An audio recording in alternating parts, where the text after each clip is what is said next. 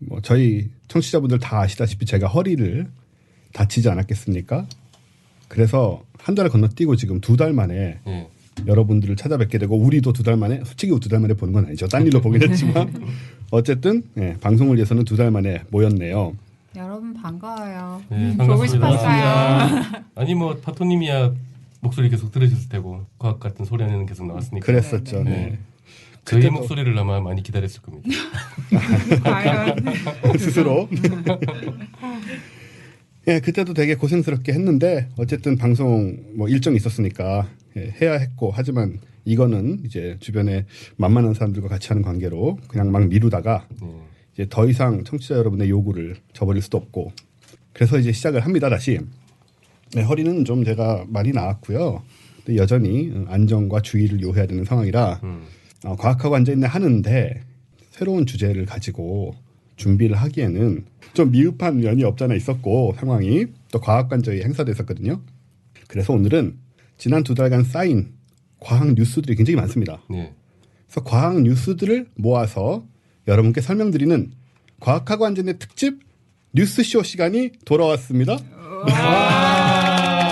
돌아온 건 아니지만 별거 아니고요. 늘 하던 뉴스를 좀 많이 확대해서 메인 코너를 없애고 저 아인슈타인의 화장실도 없애고 확대 편성. 확대해서 그냥 뉴스를 많이 하는 그런 프로가 되겠습니다. 오랜만에 하는데 부담은 상당히 없어요. 그래서. 그러니까 일단은 며칠 전에 개기월식이 있었잖아요. 아 예. 그죠? 네. 이 개기월식이란 거를 다들 잘 아시나 모르겠는데 여기 또 전문가이신 우리 K 박사님이 계시니까 좀 약간 좀 구체적인 얘기를 한번 뭔지. 뭐 이거 듣는 분들은 이제 거의 아실 거라고 생각하지만 가끔 헷갈리는 게 일식과 월식. 그거 헷갈려요? 헷갈릴 사람 많아요. 예. 의외로 많아요. 그래서 월식은 다리 가려지는 거. 월.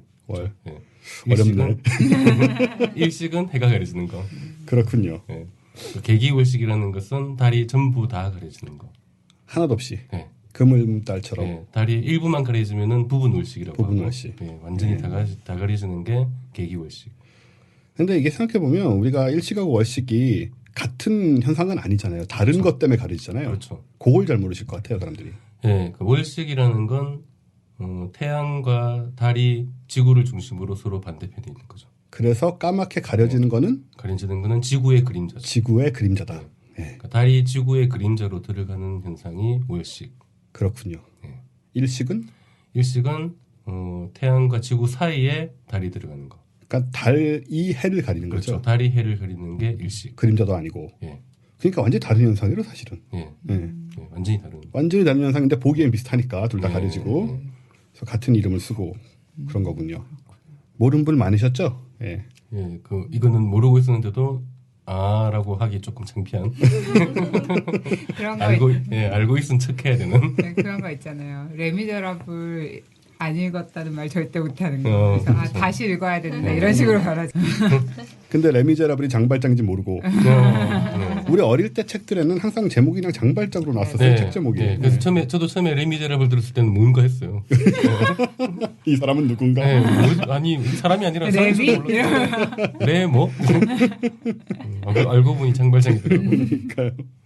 그러니까 우리 어느 시절에는 왜 그런 식으로 책 이름을 마음대로 붙였을까? 어려운 이름이라 그랬을까? 레미제라블이? 암구랑. 그건 뭐죠? 암구랑? 몬테크리스토였죠. 맞아. 그것도. 야, 이거야말로 정말 옛날 고리장 얘기다. 젊은 분들이 들으면 무슨 소린가? 진짜 무슨 얘기인가 알겠어요. 암구랑이라니. 신소설 제목 같아요. 그러니까 뭐 해에게서 소년에게 뭐 이거. 그런 분들인데. 그래서 개기월식이 얼마 전에 있었는데 지금 말씀하신 대로 월식하고 일식은 다른 현상인데 다만 어쨌든 가려지니까 보는 사람 옛날 사람들은 그거 몰랐을 거 아니에요. 사실은 알았죠. 그래서 그 그리스 사람들이 지구가 둥글다라고 생각한 게 이제 지구 그림자가 달에 비치는데 둥글잖아요. 이렇게 동그랗게 직선이 아니거든요. 그러니까 지구가 둥글 거다라고 생각한 거예요. 그러니까 지구 그림자가 비치는 걸 알았던 거예요, 그 당시에. 그렇죠, 알았죠. 나중에 오히려 중세 되면 잘 모르고 잊어버리고. 오히려 그때는 뭐 그냥 전혀 신경 안 쓰고. 그러게요. 아무튼 개기월식이 있었는데 개기월식이 이게 흔한 현상입니까? 월식은 그래도 좀 자주 있는 편이에요. 이게 내년에 또 있어요. 개기월식이요? 내년 4월에 또 있어요. 흔한 거구나. 근데 왜 이번엔 처음 봤지? 난? 시간이 아마 좀 그렇죠. 시간이 네. 이번에는 딱 달 뜨면서 바로 진행됐기 때문에 그러니까 7시 뭐 이렇게 이미 보이더라고요. 네, 밖에. 누구나 볼 수 있는 시간에. 딴 거는 막 새벽 3시 막 그렇죠. 다른 거는 뭐 새벽에 되기도 하고 한밤중에 하기. 브라질에서 축구할 때처럼. 예. 우리나라 시간에 낮에 일어나기도 하고 뭐. 아 낮에 일어나면 또 뭐 우리나라에서는 못 보는 네. 그런 경우도 있고 한데 이번에는 마침 딱 우리나라에서 가장 보기 좋은 시간에. 게다가 거의 보름달이었잖아요. 거의 좀 큰 달이었잖아요. 보름달에만 일어나죠. 그 시간 그러니까. 아 그런 거군요. 네. 그러니까 달이 완전히 태양 반대쪽에 가 있어야 되니까. 아 그게 보름이죠, 참. 네. 아, 맞아요. 이거 자, 절대 제가 편집하면 안 돼요. 제가 과학을 많이 아는데 가끔 헷갈린다고요, 이렇게. 예. 그러니까요. 일반 분들은 얼마나 그게 그러게요. 헷갈리겠어요. 예. 아무튼 요 기회에 그냥 월식 일식 어떤 건지 대충 들었고요. 여러분 어디 이런 거는 애들한테 자랑하기 괜찮잖아요. 저희 이 홈페이지나 이런 데 보시면 그런 말씀 많으세요. 아빠가 이걸 듣고 애한테 이제 잘난 척하고 그래서 내가 좀 똑똑한 아빠가 된 것 같다. 이렇게 자랑을 하시는데 이분이 저한테 고민 상담하시기를 근데 애한테 이걸 듣게 해주고 싶은데 이제 그럼 자기 미천이다 뽀록이 나서 그렇죠. 예. 애도 들으면 충분히 이해할 수 있기 때문에. 그러니까요. 예. 더 아빠가 뭐 괜히 얘기했다가 그 과학학원제인데서 다 한 얘기인데 무슨 아빠가 아는 것처럼 얘기하냐. 곤란하잖아요. 그 저희 트위터에 월식에 대해서 어떤 분이 하나 질문을 올려주셨는데요. 달이 사라질 때는 아래에서 위로 사라졌는데 나타날 때는 왜 오른쪽에서 왼쪽으로 나타나냐 이런 걸 물어보셨어요. 월식이 만일에 달과 지구와 태양이 완전히 평면에 똑같이 있다면 보름 때마다 월식이 일어나야 되거든요. 아, 그럴 거 아니에요, 그죠? 그렇네요. 그때마다 가려지니까. 근데 그러지 않은 이유는 기울기가 살짝 다른 거예요. 네. 예, 도는 각도가 그러니까 살짝 이제 서로 약간 기울어져 있는 거죠. 아, 그래서 이렇게 예, 기울어진 상태에서 들어가고 나오고 하니까 들어간 모양 그대로 나오는 게 아니고 예, 좀 달라지죠. 그렇군요. 자, 월식 얘기 정도 하고 옛날에 우리 했던 얘기 중에 우리 좋아했던 그 인도의 망갈리안. 네. 예, 망갈리안이라는 이름 자체가 화성 탐사선이었다는 예. 그런 또 배경 설화를 가지고 있는 망갈리안 호가 제가 허리 아파서 방송 못하는 동안 네. 화성 궤도에 안착을 했다는군요. 네. 그래서 이게 의미가 그때도 약간 얘기를 했었는데 몇 가지가 있지 않습니까 지금? 네. 일단은 싸게 갔다라는 거. 제일 큰 의미죠. 예. 엄청 싸게. 이게 제가 보니까 그 자기네가 얘기를 했대요. 수상인가 누가 인도에 네. 그래비티 제작비보다 적게 들었다고. 그러니까 이 얘기를 딱 듣는 순간 실감이 나는 거예요. 네. 아, 정말 엄청나구나. 네. 또 그래비티는 저희하고도 인연이 있어요. 작년에 저희가 시사회를 했지 않습니까? 네. 예. 네. 그 영화 보다 싸게 네. 그래비티보다 싸게. 실제로 화성에 갔다. 네, 실제로 화성 갔고. 그래서 예, 그리고 또 한 가지 보니까 최초로 이렇게 궤도에 오른 성공한 게 처음이라고 처음 가서 성공한 게. 그렇죠. 한 번에 성공한 건 처음이에요. 예. 그럼 이때까지 간 우주선들은 다 처음에 실패한 건가요? 일본도 한 번 시도를 했다가 실패했고. 일본도 네. 또 일본은 중국인가 또 결국 아마 못 갔어요? 이거 아직 못 갔어요. 일본. 가서 이제 날려먹은 거예요 우주선. 네. 네. 그거 어떡하죠? 그거 돈 엄청 들이고. 뭐 땅판 거보단 괜찮죠. 뭐. 아, 그렇죠. 뭐 예, 돈 그래봤자 뭐 몇 조 안 네. 들었겠지 뭐. 네. 아니 그러고 그래봐야 일단 얼마 들지도 않았어요. 우주선 날렸다고 강에 녹조 생기지 않으니까 그런 건 괜찮은 것 같아요. 맞아요. 그런 건 다 실패가 그 경험으로 쌓이니까 그렇죠. 예. 쌓이지도 않으면서 날리는 게 문제지. 맞아요. 이 얘기는 아마 100년 후까지 계속 해줘야 될 것 같아요. 이런 식으로. 저 70년 전에 그 20 몇 조 쓴 거 아직도 큰 돈이다. 그렇죠. 그 당시에 20조면 막 이러면서 그러면 얘네들이 인도가 기술이 뛰어나다는 의미인가요, 이건? 그렇죠. 중국도 실패했다는 얘기를 제가 네. 들었던 것 같고. 네. 근데 이게 왜 이렇게 어려운 겁니까? 글쎄요. 그냥 어려운 거예요. 그냥 원래. 우리는 아직 시도도 못 해봤으니까. 하긴. 예. 왜 어려운지도 알 수 없어요. 예, 상상도 못 하고 있는 거잖아요. 지금. 돈 이 정도 돈은 많이 있는데. 이 정도 돈은 충분히 있는데. 또 그 땅판 얘기로 돌아가지고. 예, 돈은 충분한데 예. 꿈도 못 꾸는 일이죠. 예, 그 돈이면 이거 지금 한 40번쯤 갈 수 있을 것 같은데 거의 그죠. 예. 그렇죠. 이게 왜 이렇게 어려운지는 케이트 박사님 지금 오셨다는 거 아직 청취자분들 모르실 네, 것 같은데 네, 네. 말씀해 주시면 일단 박수 한번 치고. 와. 안녕하세요. 웃음소리로 아시는 분들도 있을지 모르겠어요. 생각해본 거는 저도 이 기사 봤는데 그 중국이랑 인도랑 로켓 개발을 경쟁적으로 했었잖아요. 네. 그러니까 탄도미사일 때문에 서로 막 그렇죠. 개발하고 우주 발사체에 성공한 나라에도 두 나라가 같이 나란히 들어가 있고 그러다 네. 보니까 물론 이제 되게 저가로 저 예산으로 성공한 거는 사실인데 자칫하면 또 우리나라랑 막 비교될까봐 생각해 본 거는 인도는 실은 그 역사가 엄청나게 긴 거고. 아 힌두교 뭐 이런 거요? 아니 무슨 말이야? 농담이었어요. 로켓 개발. 네, 로켓 개발한 역사가 엄청나게 긴 아, 거고. 그래요? 예, 인공위성도 우리나라보다 훨씬 오래전부터 써가지고 갖고 있었고 그러다 보니까 화성 가는 거에 대해서는 지금 이거에 돈이 적게 들었다는 거지. 그동안 들인 돈은 꽤 많다. 쓰다 보면 그렇겠죠. 다 합산하면은 네. 아마 그러니까 역사가 오래되고 그만큼 축적이 돼 있었다. 그렇죠. 그렇죠. 축적이 돼 있으니까. 인도가 원래 과학 강국이고 IT 강국이고 막 그렇잖아요. 예. 찬드라세카르 우리. 예. 네. 그 양반 벌써 몇십 년 된 사람이에요, 그 사람이. 네, 유럽과 미국인 이외에 처음 노벨 과학상을 받은 사람이 인도 사람이에요. 아, 그렇죠. 그 찬드라세카르의 그 삼촌. 예. 네. 인도는 맞아요. 의외로 노벨상이 약간 흔한 것 같아요. 문학상, 평화상, 뭐 과학상 이리저리 합치면 5명 정도 된다고 하더라고요. 근데 인도가 가보신 분들 아시겠지만은 가난한 데는 정말 가난한 거고 정말 찢어지게 가난한데 잘 사는 동네는 정말 잘 살고 교육 수준도 높고 똑똑한 사람도 많고 그렇더라고요. 우리 저 빅뱅 이론에도 왜 인도 천재 하나 네. 나오잖아요. 네. 그 상위 10% 부자가 우리나라 인구보다 많잖아요. 그렇겠죠. 그렇죠. 근데 제가 예전에 아주 옛날에 그 막 인터넷 채팅이란 거 막 처음에 나왔을 때 IRC 이런 거 채팅하는데 인도애랑 하나 채팅을 꽤 오래 했었는데요. 진짜 태어나서 이렇게 뭘 많이 하는 사람은 그때 처음 봤다. 그러니까 한국 역사를 저보다 더 많이 하는 거예요. 그래서 그래요. 뭐를 하냐 그랬더니 자기는 공부를 한다고 그래서 그럼 밥벌이는 누가 해? 그랬더니 뭐 와이프가 조금 벌어오는 것 같지만 난 신경 쓰지 않아 막 이렇게 귀족이구나, 귀족. 약간 그런 그렇죠. 애들이 진짜 공부만 파는 종류의 그룹이 있는 것 같아요. 저기 다윈 그런 사람들 집에 돈 많아가지고 이렇게 옛날에 저 19세기 이럴 때 유럽이나 과학자를 보면 집에 돈이 많아서 먹고 살지 않아도 돼서 학문 추구하고 이런 사람들 많이 있었잖아요. 그런 비슷한. 그런 것 예. 같아요. 나도 그러면 공부 잘할 것 같은데. 저도요. 저도 그런 생각 해봤는데요. 안 했을 것 같아요. 저는. 돈 있는데 뭐해? 놀러 다니지. 아무튼 그래서 망갈리안 호가 저예산으로 가서 얘는 착륙은 안 하는 거잖아요. 네, 계속 돌고 있어요. 근데 돌면서 보면 지금까지 이 옛날 뭐 글로벌 서베이어니 바이킹이니 등등 이 했던 것과 거의 비슷한 작업을 하고 있지 않나요? 그렇죠. 근데 그 비슷한 작업하려고 나사에서도 또 하나 보냈어요, 최근에. 아, 그러니까 메이븐인가 뭐 그거. 예, 메이븐이라는 예, 위성이 망갈리안이랑 거의 비슷한 시기에 도착했거든요. 예. 예, 망갈리안보다 한 40배 더 도는 듯 많이 들었고. 저희가요 이번에 과학관에 전시를 하는데 화성관을 만들었는데 그게 이제 못 보신 분들이 있을 테니까 어떤 거였냐면 화성 표면을 스캔한 사진들을 다 3D로 해서 그러니까 어떤 지점에 가서 그 지점의 지형 같은 걸 다 보고 할 수 있게 만든 어떤 엔진이었는데요. 만들 때 진짜 깜짝 놀랐던 게 다 있어요. 그러니까 표면을 지구랑 똑같이 렌더링 할 수 있을 네. 만한 자료들이 이미 그러니까요. 다 있더라고요. 다 있어요. 그래서 그 이제 제작하시는 분들이 와, 화성에 대해서 우리가 이렇게 많이 알고 있는지 몰랐다고 말씀하실 정도였는데 그러니까. 또 사진 찍으러 가는 게 좀 이해가 안 되긴 그러니까 하더라고요. 그 망갈리안은 정확하게 뭐 하러 갔는지 자료가 많이 없어요. 제가 잘 모르겠는데 네. 그 메이븐이라는 건 대기를 좀 더 정밀하게 분석을 해서 대기를. 그러니까 화성에 대기가 옛날에 있었다가 없어졌잖아요. 네네. 우리 전에 화성 특집에서 태양계 연대기에서도 다루어지고 있는 그렇죠. 거죠. 네, 그게 어떻게 없어졌는지 그걸 조사하는 게 주목적이에요. 그래서 원래 얘기는 그 자기장이 사라지면서 예. 뭐 흩뿌려졌다 예. 조금씩 예. 이런 얘기가 주류인 걸로 알고 있는데. 예, 그게 주류인데 이제 그 과정을 좀 더 정확하게 알자는 거죠. 네. 지금도 이제 있는 대기가 계속 사라지고 있을 테니까 음. 그게 어느 정도 비율로 사라지고 있는지도 측정하고. 그러니까 미국이 돈이 많긴 많아요. 저거 알려고 몇십억 달러를 쓰는 거 아니에요. 예.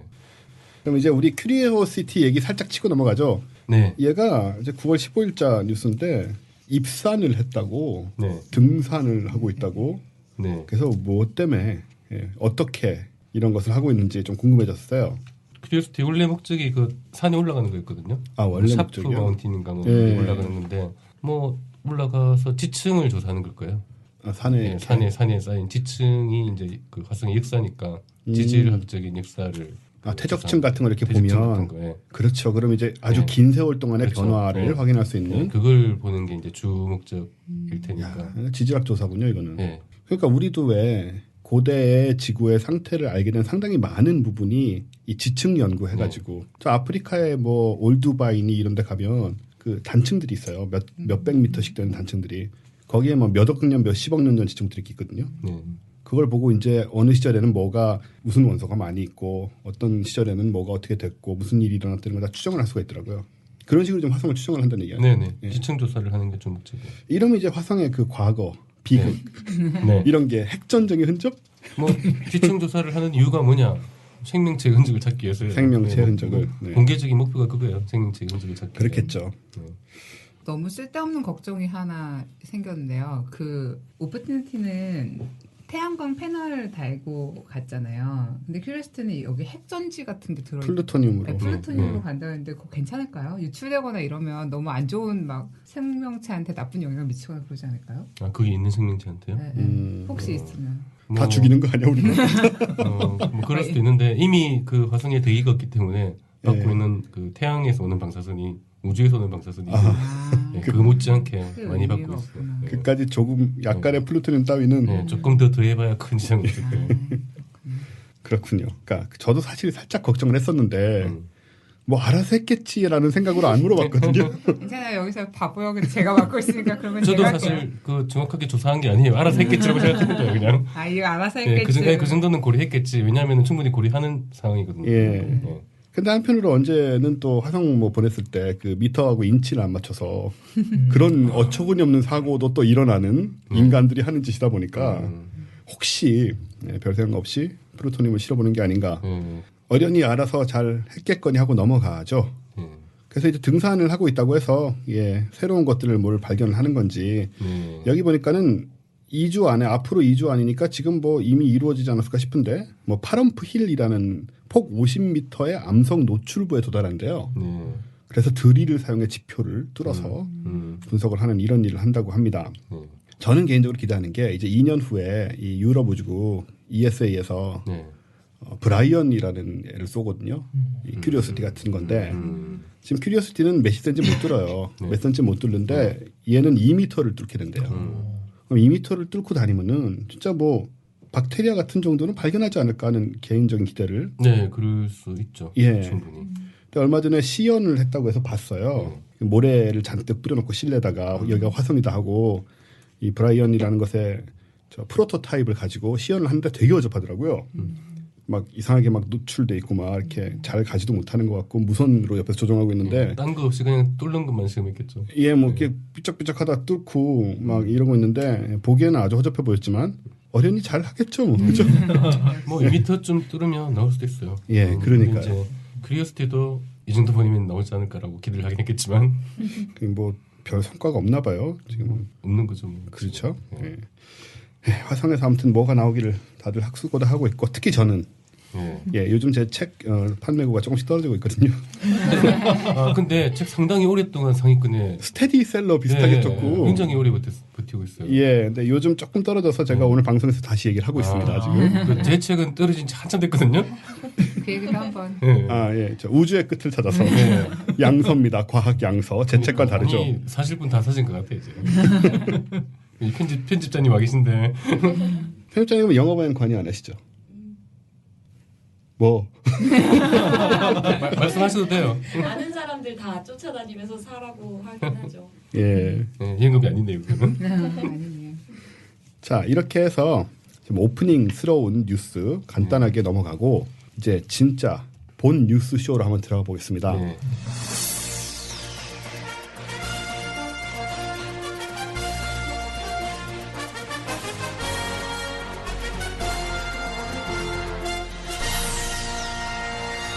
박수. 예.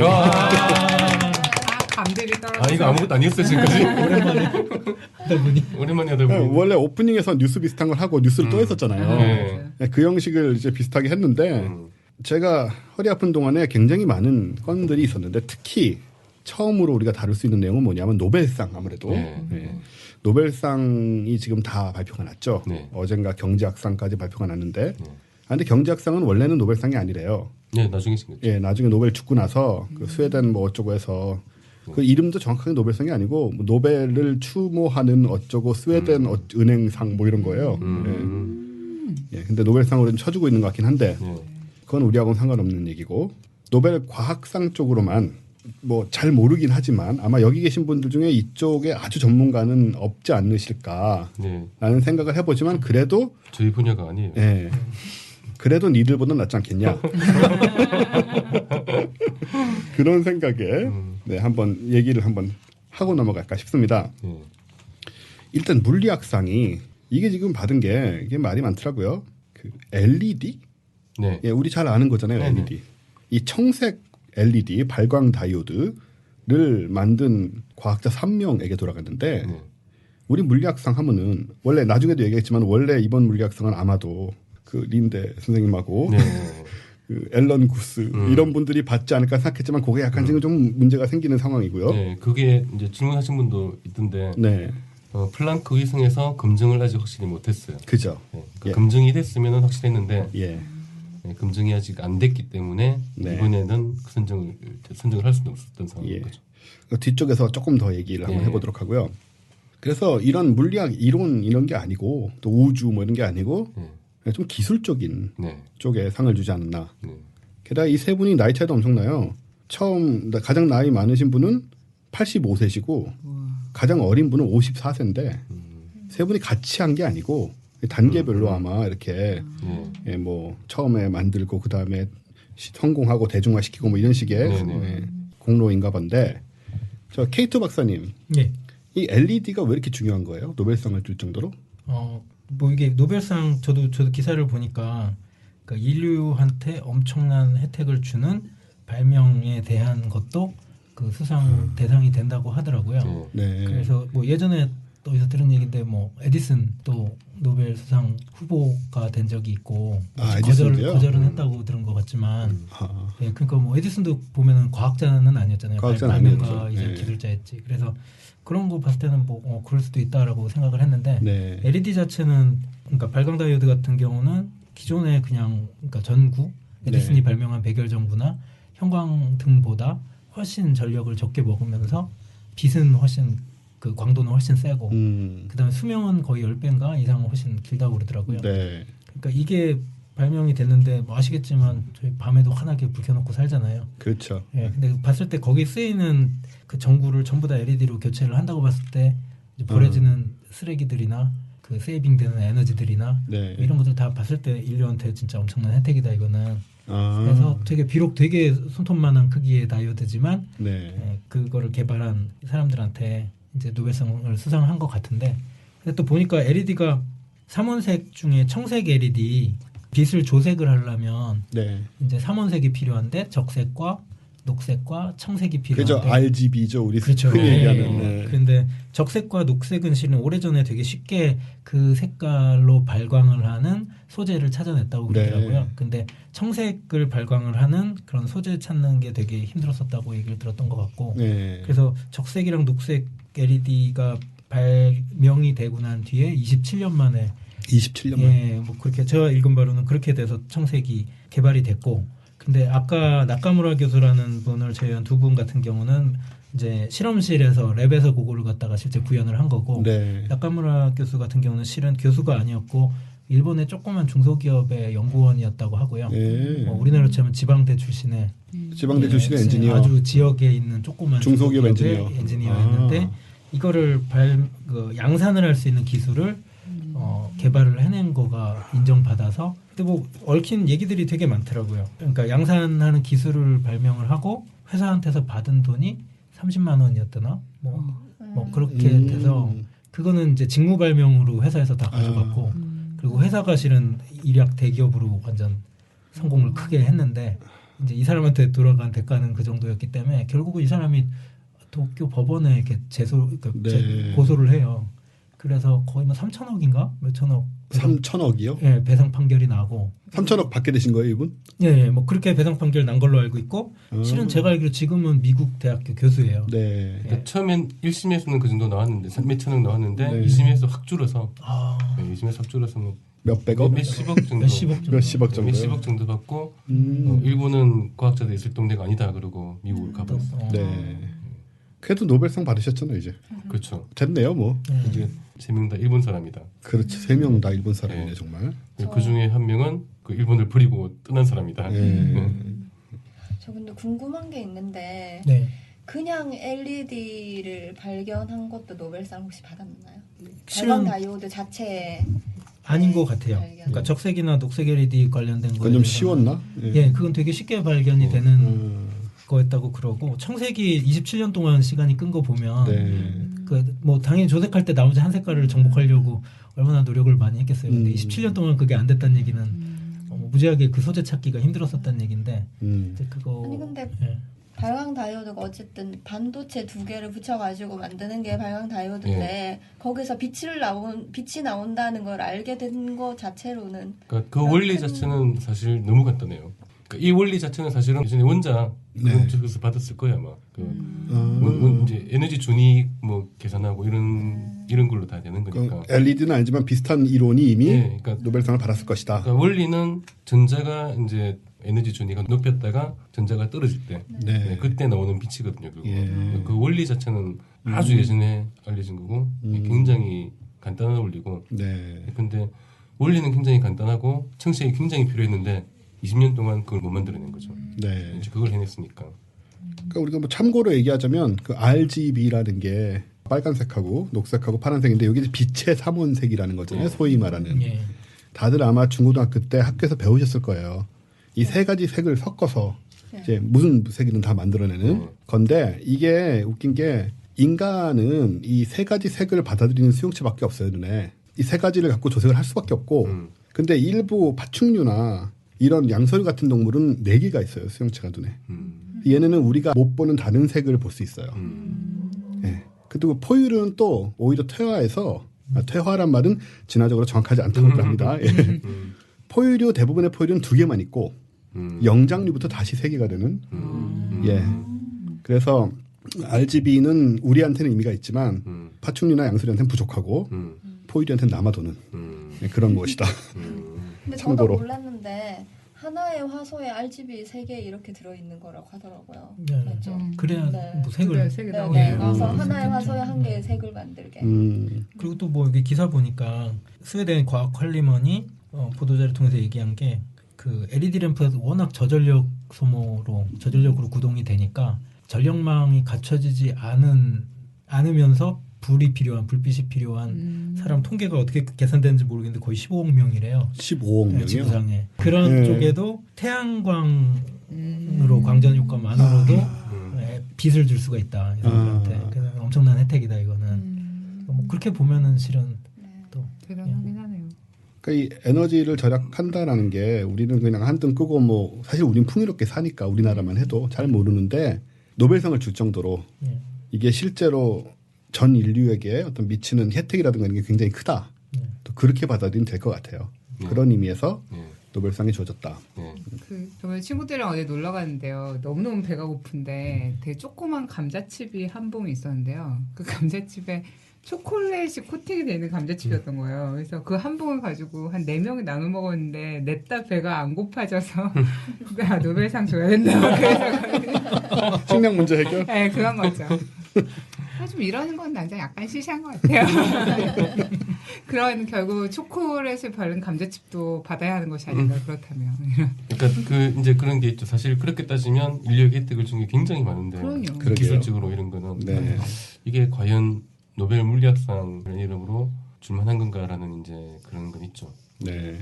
그 물리학자나 이런 분들은 아마 야 이제 노벨상까지 공학자들한테 뺏기는 거냐 이런. K2 박사님은 좋으실 거 아니에요? 물론입니다.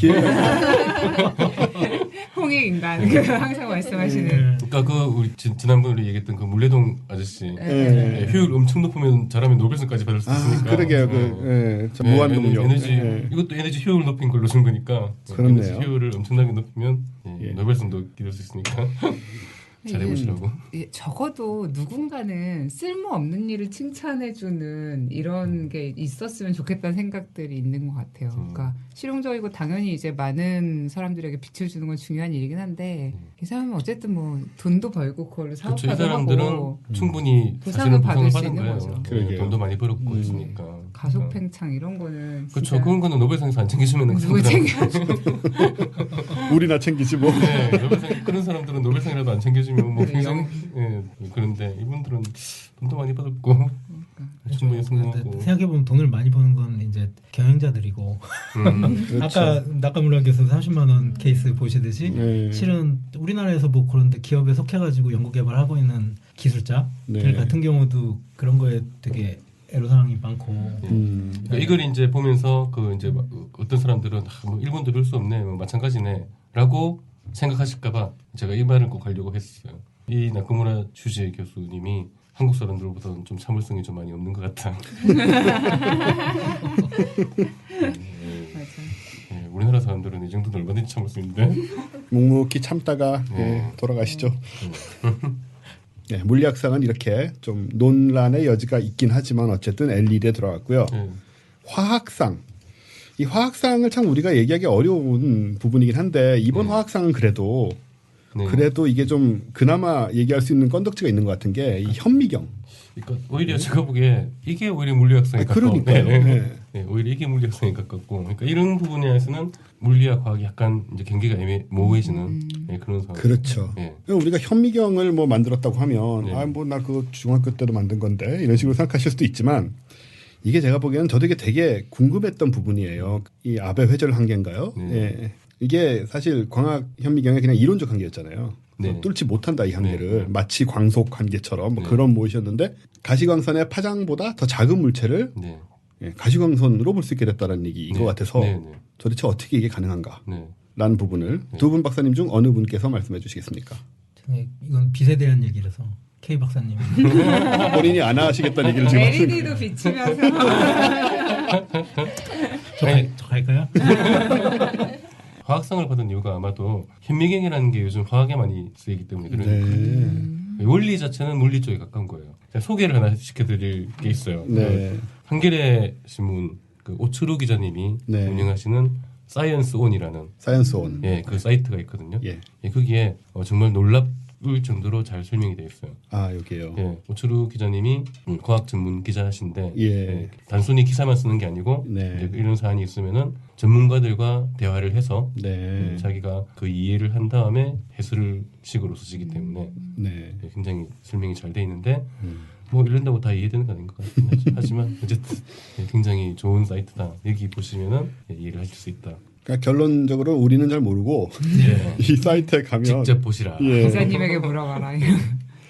어쨌든 뭐 간단하게 요약만 드리자면요. 이 아베 회절 한계란 거는 19세기 말에 에른스트 아베라는 사람이 광학 현미경, 즉 우리 눈으로 빛으로 보는 현미경의 해상도의 한계가 가시광선, 즉 우리 눈으로 보는 빛이죠. 그것도 가시광선의 파장 길이의 절반이다라고 정의를 했었어요. 그러니까는 이 가시광선이란 것도 이 파장이란 것도 크기가 있으니까 그 절반보다 더 작은 물건은 제대로 못 보는 거였죠. 이걸 이제 극복할 수 있는 방법이 없다라고 생각이 돼서 이제 전자현미경 같은 게 생겨난 건데 그 한계를 이제 극복하는 기술이라고 합니다. 이게. 그래서 더 작은 걸 볼 수 있게 됐다. 그런 얘기라서 뭐 우리가 직접 이걸 볼 일은 없겠지만 어쨌든 중요한 거는 전자현미경은 이렇게 뭐 살아있는 세포 이런 걸 못 보는 거였대요. 원래 다 이렇게 냉동시키고 뭐 이래서 봐야 되는데 이거는 살아있는 세포도 볼 수 있다라고 해서 그쪽 연구에 좀 신기원을 이룰 수 있는 그런 기술이라고 합니다. 제가 보기에도 화학인지는 잘 모르겠는데 화학에 도움이 되는 기술이기 때문에 노벨 화학상을 준 것인가 이렇게 생각이 되고 저쪽 분야에서는 굉장히 좀 혁명적인 그런 그 예전에 이제 원자 핵을 발견한 러드퍼드라는 과학자가 원자 핵의 그 알파선 산란 실험이라는 것으로 원자 핵의 존재를 알아냈거든요. 네. 그분이 화학상을 받았어요. 아, 지금은 물리학 분야에서 그렇게 다뤄지고 있는 내용인데 그때는 그게 화학이라고 해서 노벨 화학상을 받았어요. 그 소립자 쪽으로 가면 이게 좀 헷갈리죠. 네, 조금 애매한 게 있죠.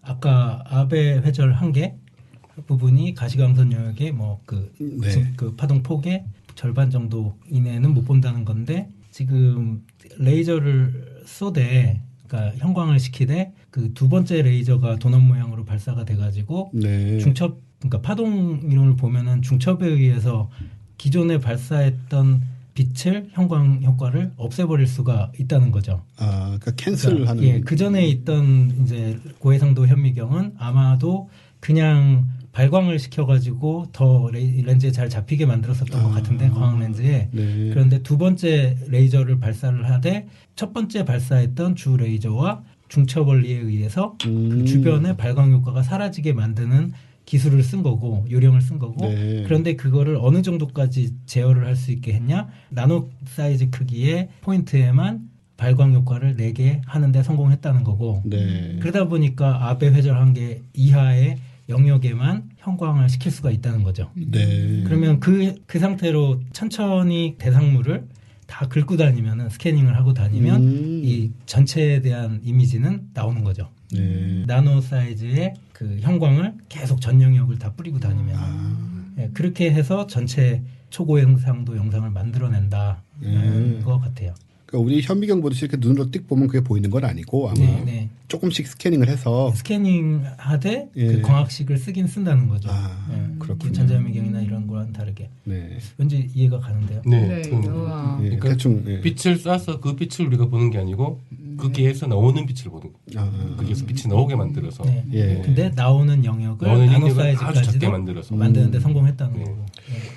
읽고 얘기를 하다 보니까 이해했네요. 우리가. 네, 여러분도 이해하셨길 바랍니다. 네, 그러니까 지금 두 사람이 이해하는 과정을 보셨기 때문에 뭐든지 이제 답을 아는 것보다 과정을 아는 게 중요하니까. 자, 또 의학상이 있는데 우리가 의학상에 대해서 좀 자세하게 설명할 입장은 아닌 것 같고요. 재미있는 내용이에요. 이게 노벨 생리의학상 몸 안에 GPS 뇌 속에 네. 신경세포를 발견했다라고 제목이 붙어 있거든요. 이거 봤더니 이 위치세포라는 게 특정한 장소에 갔을 때 활성화되는 뇌세포래요.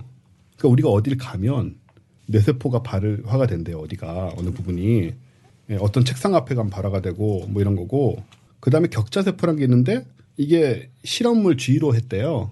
근데 쥐가 이제 이렇게 막 자유 공간에서 막 오가는데 이 격자 세포들이 발화하는 패턴이 뭐 육각형 패턴으로 나타난대요. 그래서 이거를 이렇게 잘 연구를 해가지고 머릿속에서 내가 있는 위치 그런 것들을 어떻게 자기가 파악을 하고 이런 것들을 알아냈다는 거예요. 뭐 사람도 비슷하다는 얘기고.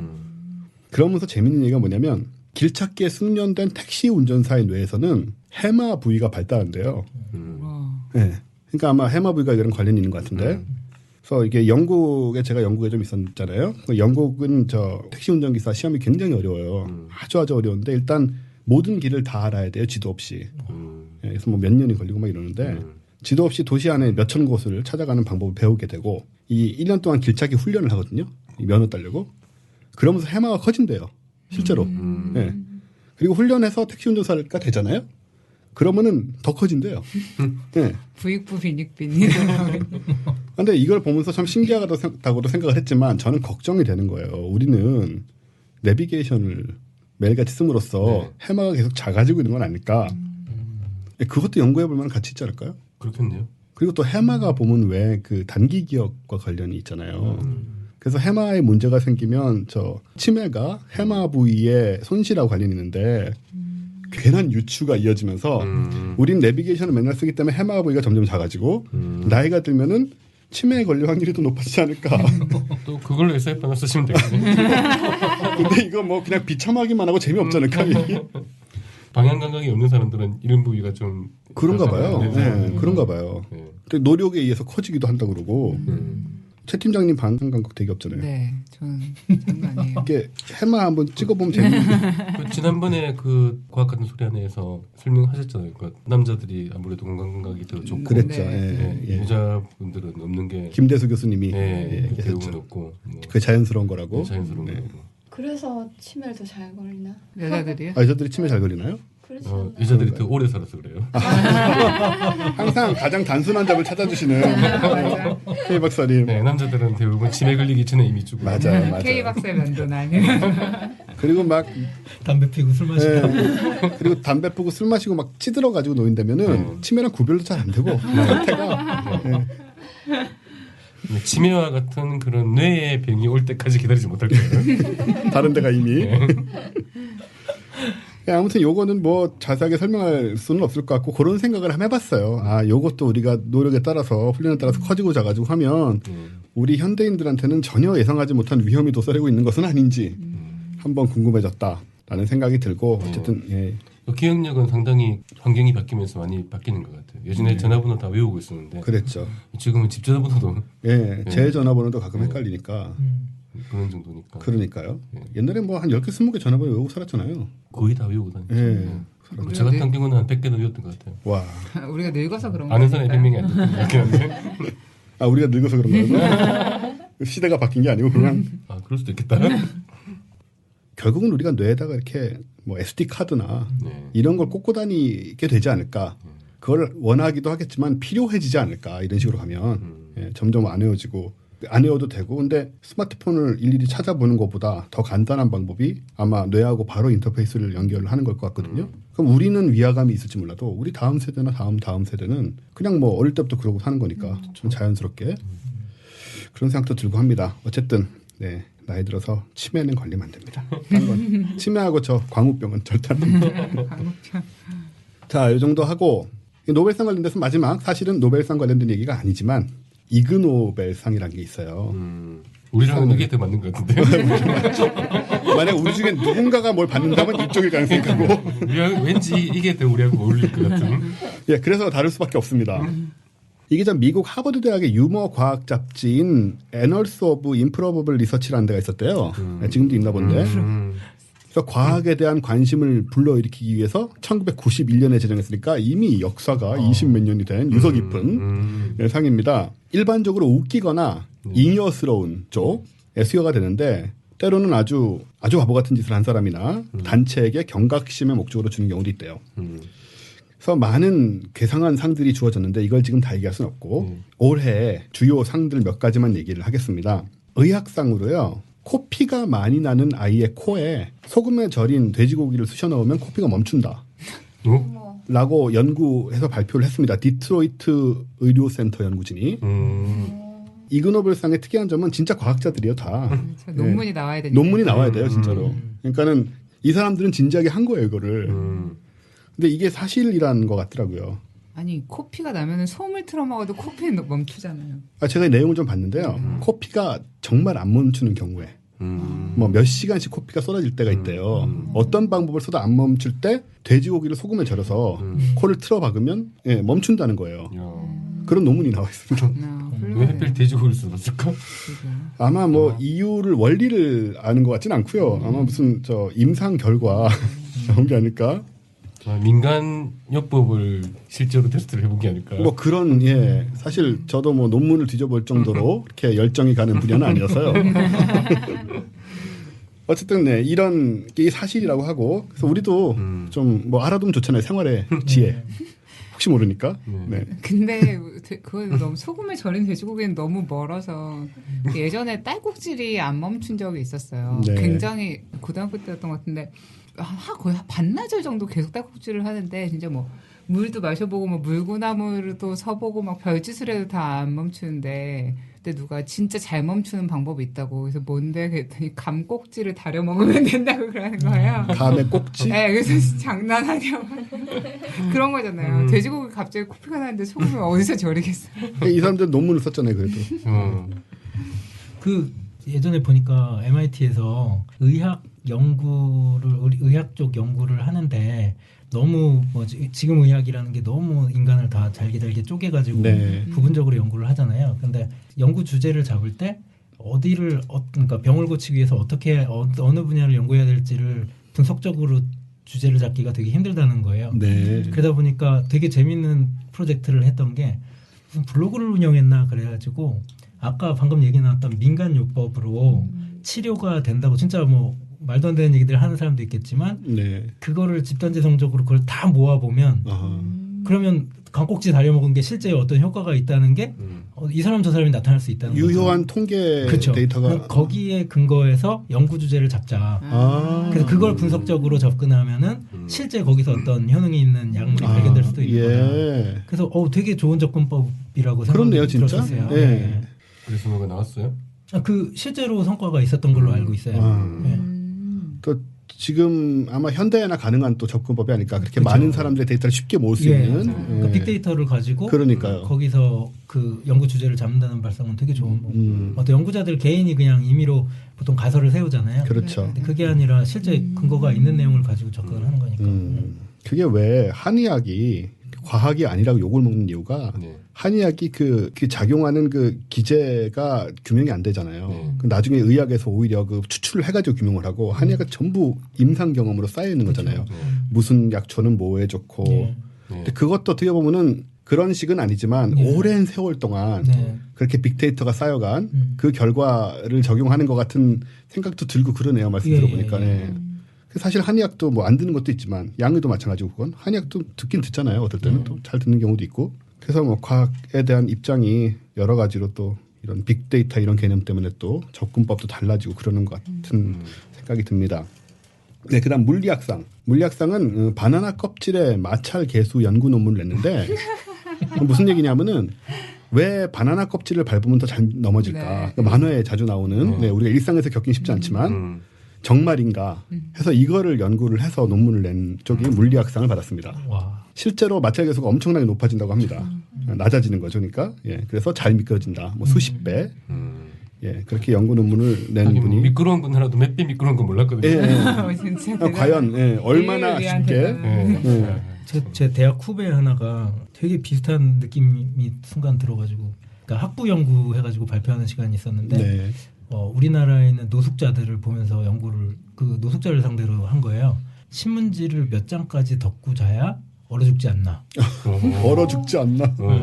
그럼 대조군 얼어 죽어야 되잖아요. 죽는 경우하고 비교해야 되는 거. 아니죠. 뭐냐면 신문지 사람한테 하는 게 아닌 거죠. 그렇죠. 신문지 하나가 열을 차폐를 어디까지 제가 제 전문 열차폐. 예, 신문지로 열차폐. 근데 신문지를 한 장, 두 장 덮을 때마다 근데 의외의 그러니까 연구 결과를 발표를 했는데 네. 뭐냐면 신문지 한 장이 되게 열 차단 효과가 엄청 크대요. 아, 그래요? 네. 근데 그거를 한 장 더 할 때마다 사이에 공기층이 들어가잖아요. 네. 네, 그러니까 의외로 뭐 그때 3장이었나 4장만 덮쳐서 덮어 자도 한겨울에? 한겨울에도 버틴다는 거예요. 아. 체온 유지가 된다. 이그노벨 생감인 것 같아요. 아, 네. 그러게요. 그러네요. 그- 논문을 써야 되는데. 네, 제가 지금 확실한 건 덮는 것도 중요하지만 까는 게 더 중요합니다. 맞아요. 밑에서 그 냉기 아, 올라오는 그래요? 거. 네, 맞아요. 까는 게 훨씬 중요합니다. 예. 어떻게 그런 걸 아세요? 아이 뭐 학자가 되기 전에 어떤 과거를 근데 익명이니까 괜찮아요. 네, 박사님. 뭐, 아무도 모르는데 어차피. 네. 케이토 박사님은 혹시 그런 원리를 이 우주 로켓에 신문지에 탁월한 그 단열 효과를 예. 우주 로켓에 적용하실 생각은 없으시죠? 아예 현재로서 없습니다. 자, 그다음 심리학상입니다. 늦게까지 깨어 있는 사람이 자존심이 강하다는 연구를 했다고 합니다. 호주와 영국, 미국의 3개국 공동 연구팀이 어떻게 연구비를 타내서 이런 연구를 했습니다. 결론은 자존심이 강하다고 합니다. 아, 진짜요? 밤에 잠 안 자는 사람들이. 여긴 자존심이라고 표현을 했는데 제가 찾아본 다른 뉴스에 따르면 사이코패스의 확률이 높다고 밤잠 없는 사람들이. 네. 아무래도 뭐 살인을 하려면 밤에 해야 되니까. 그렇죠. 원인이라기보다 결과 이런 거. 하긴 그렇네요. 뭐 잭 더 리퍼 이런 사람 다 밤에 살인했으니까. 예. 아무튼 이렇다고 해요. 약간 찔렸어요. 저도 원래 밤잠 없는 타입이거든요. 고치려고 많이 노력하는데. 저는 절대 아닙니다. 밤잠 많으세요? 예, 저는 뭐 어디서든지 마음만 먹으면 잘 수 있습니다. 아침형 인간이세요 혹시? 언제 잤느냐에 따라서 그건 아침 많이 자는 인간. 그러니까 그냥 많이 수면형. 수면형입니다. 예. 틈만 나면 자는. 예. 케이트 박사님 어떠세요? 저도 뭐 밤잠은 많은 편이라서. 예. 제가 밤잠이 없어요. 많이 고치긴 했는데 옛날에는 낮 12시까지 깨 있다가 낮 12시부터 오후 7시까지 자는 그런 생활도 했었거든요. 완전히 낮밤이 정말 12시간 바뀐 거였죠. 요거 보고는 약간 사이코패스? 저는 잠을 잘 자니까 그러니까 아무 때나 잘 자니까 굉장히 좋은 게 해외 여행에도 시차 적응이 전혀 문제가 없어요. 아, 그러시겠군요. 그 정도로. 네, 전혀 문제가 없어요. 아. 그냥 그 동네 가서 밤이면 자면 돼요. 와. 참 편합니다. 진짜 좋으시겠다. 체질적으로 좀 그러신가 봐요. 네, 좀 그런 게 있어요. 네. 어느 동네 가든지 밤이면 자면 돼요. 와. 그리고 생물학상 이게 진짜 좀 히트인데요. 개들이 지구의 남북 자기 방향에 맞춰서 똥을 눈다라는 연구를 아, 그래요? 밖에서 뭐 안에서야 뭐 이렇게 화장실 뭐 이 모양 이런 게 있을 테니까 밖에 데리고 나갔을 때 남북 자기장에 나란하게 자세를 잡고 똥을 눈다는 것을 체코, 독일, 잠비아의 공동 연구팀이 연구를 해서 밝혀냈습니다.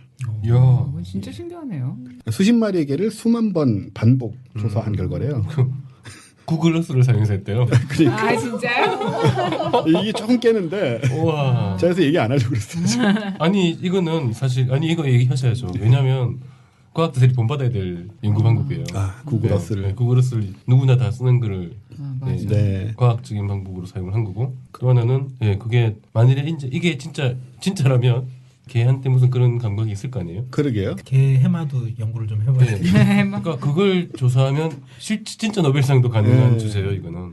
사실 뭐 기러기 비둘기에는 네. 이게 있잖아요. 네. 뇌 속에. 네. 개한테도 그런 게 있고 그러니까. 예, 여기 내용을 자세히 보니까는 뭐 이렇게 의외로 이 조사가 복잡했더라고요. 왜냐하면 개라는 경우는 사람 눈치를 많이 보기 때문에 이 배변을 하는 각도도 사람이 주변에 있는 경우 주인이 뭐 주인 쳐다보기도 하고 바뀌기도 하고 그래서 그런 요인들이 제거가 돼야 되는 등 의외로 까다로운 연구였다라고 합니다. 어쨌든 앞으로 후속 연구 기대가 되고요. 이그노벨상도 상금 줘요? 모르겠어요. 어디서 봤어요. 네. 줘요? 많이 줘요. 아 진짜요? 예, 뭐 100조 달러. 100조 어디 달러인데 미국 달러로 4달러인가 그렇대요. 네, 맞아요. 짐바브웨 달러, 짐바브웨. 귀엽다. 예, 뭐 예, 10조 달러, 짐바브웨 10조 달러인가 뭐 주는. 예, 그래요. 예. 뭐 시상할 때 무슨 꼬마 예, 스위티 푸라고 꼬마 여자애가 항상 시상식에 참여해서 역할이 있다고. 예, 길게 말하면은 지루하다고 내려가라 그런대요. 근데 이게 지금 20년이 넘겠는데 초대 스위티푸는 아마 지금 어엿한 아가씨가 돼 있을 거고 그렇겠네. 이것도 아마 계속 그 몇 대 스위티푸 이런 식으로 이렇게 예, 이어지는 그런 것이 아닌가 생각이 되고요. 그다음에 영양학상. 생후 6개월 된 건강한 영아의 대변에서 발견된 몸에 좋은 유산균과 변종 박테리아로 발효 소시지를 만든 스페인 카탈로니아 식품농업연구센터의 라켈 루비오 박사팀이라고 합니다. 한마디로 똥으로 소세지를 만들었다는 얘기죠. 이거 K 박사의 연구 그거잖아요. 김동인 소설이요. 김동인 소설. 네. 그래요? 네, 우리나라 최초 SF. 네. 그 좀 설명 좀 해주세요. 그뭐 별건 아닌데 우리나라 최초 SF라고 얘기되는 게 김동인이 쓴 K 박사의 연구인가 하는 소설이 있거든요. 네. 단편인데 거기서 K 박사가 굉장히 영양학적으로 완벽하며 인류의 식량 문제를 해결할 수 있는 햄버거를 만드는데요. 그게 이제 시스로 만드는 거죠. 똥으로. 네. 그런 소설이 있었어요. 참 미묘하네요 상황이. K 박사의 연구. 아니 저 아니에요 지금. 야 비슷한 맥락인데 이거. 그러게요. 진짜. 예. 거기서 힌트를 얻었어요. 하여튼 똥 얘기가 꽤 많이 나오고 있습니다 지금. 그러죠. 소세지를 만들었다고 합니다. 예, 뭐 사실 우리 루악 커피인가요? 그것도 사양 고양이의 똥이잖아요. 통에서 나오잖아요. 그거는 굉장히 고급으로 얘기가 되는데 요 과연 생산과 유통에 성공할지 한번 두고 보겠습니다. 그다음 경제학상. 온갖 불법적인 경제 활동으로 얻은 수입을 공식 경제 규모에 포함시켜서 이탈리아의 경제 규모를 크게 확장시킨 이탈리아 국립통계국. 예. 우리나라도 왠지 할 수 있을 것 같은데. 그러니까. 문제 없겠는데요? 네, 우리도 받을 수 있었다고. 이게 저 이탈리아가 보면 왜 마피아. 그래서 저 지하 경제가 굉장히 크잖아요. 그거를 다 이렇게 경제 규모로 집어넣어서 나라의 경제 규모가 뭐 몇 배로 커졌나 봐요. 그런 일을 했다고 합니다. 그래서 그것을 비웃는 의미에서 아마 경제학상을 주지 않았나.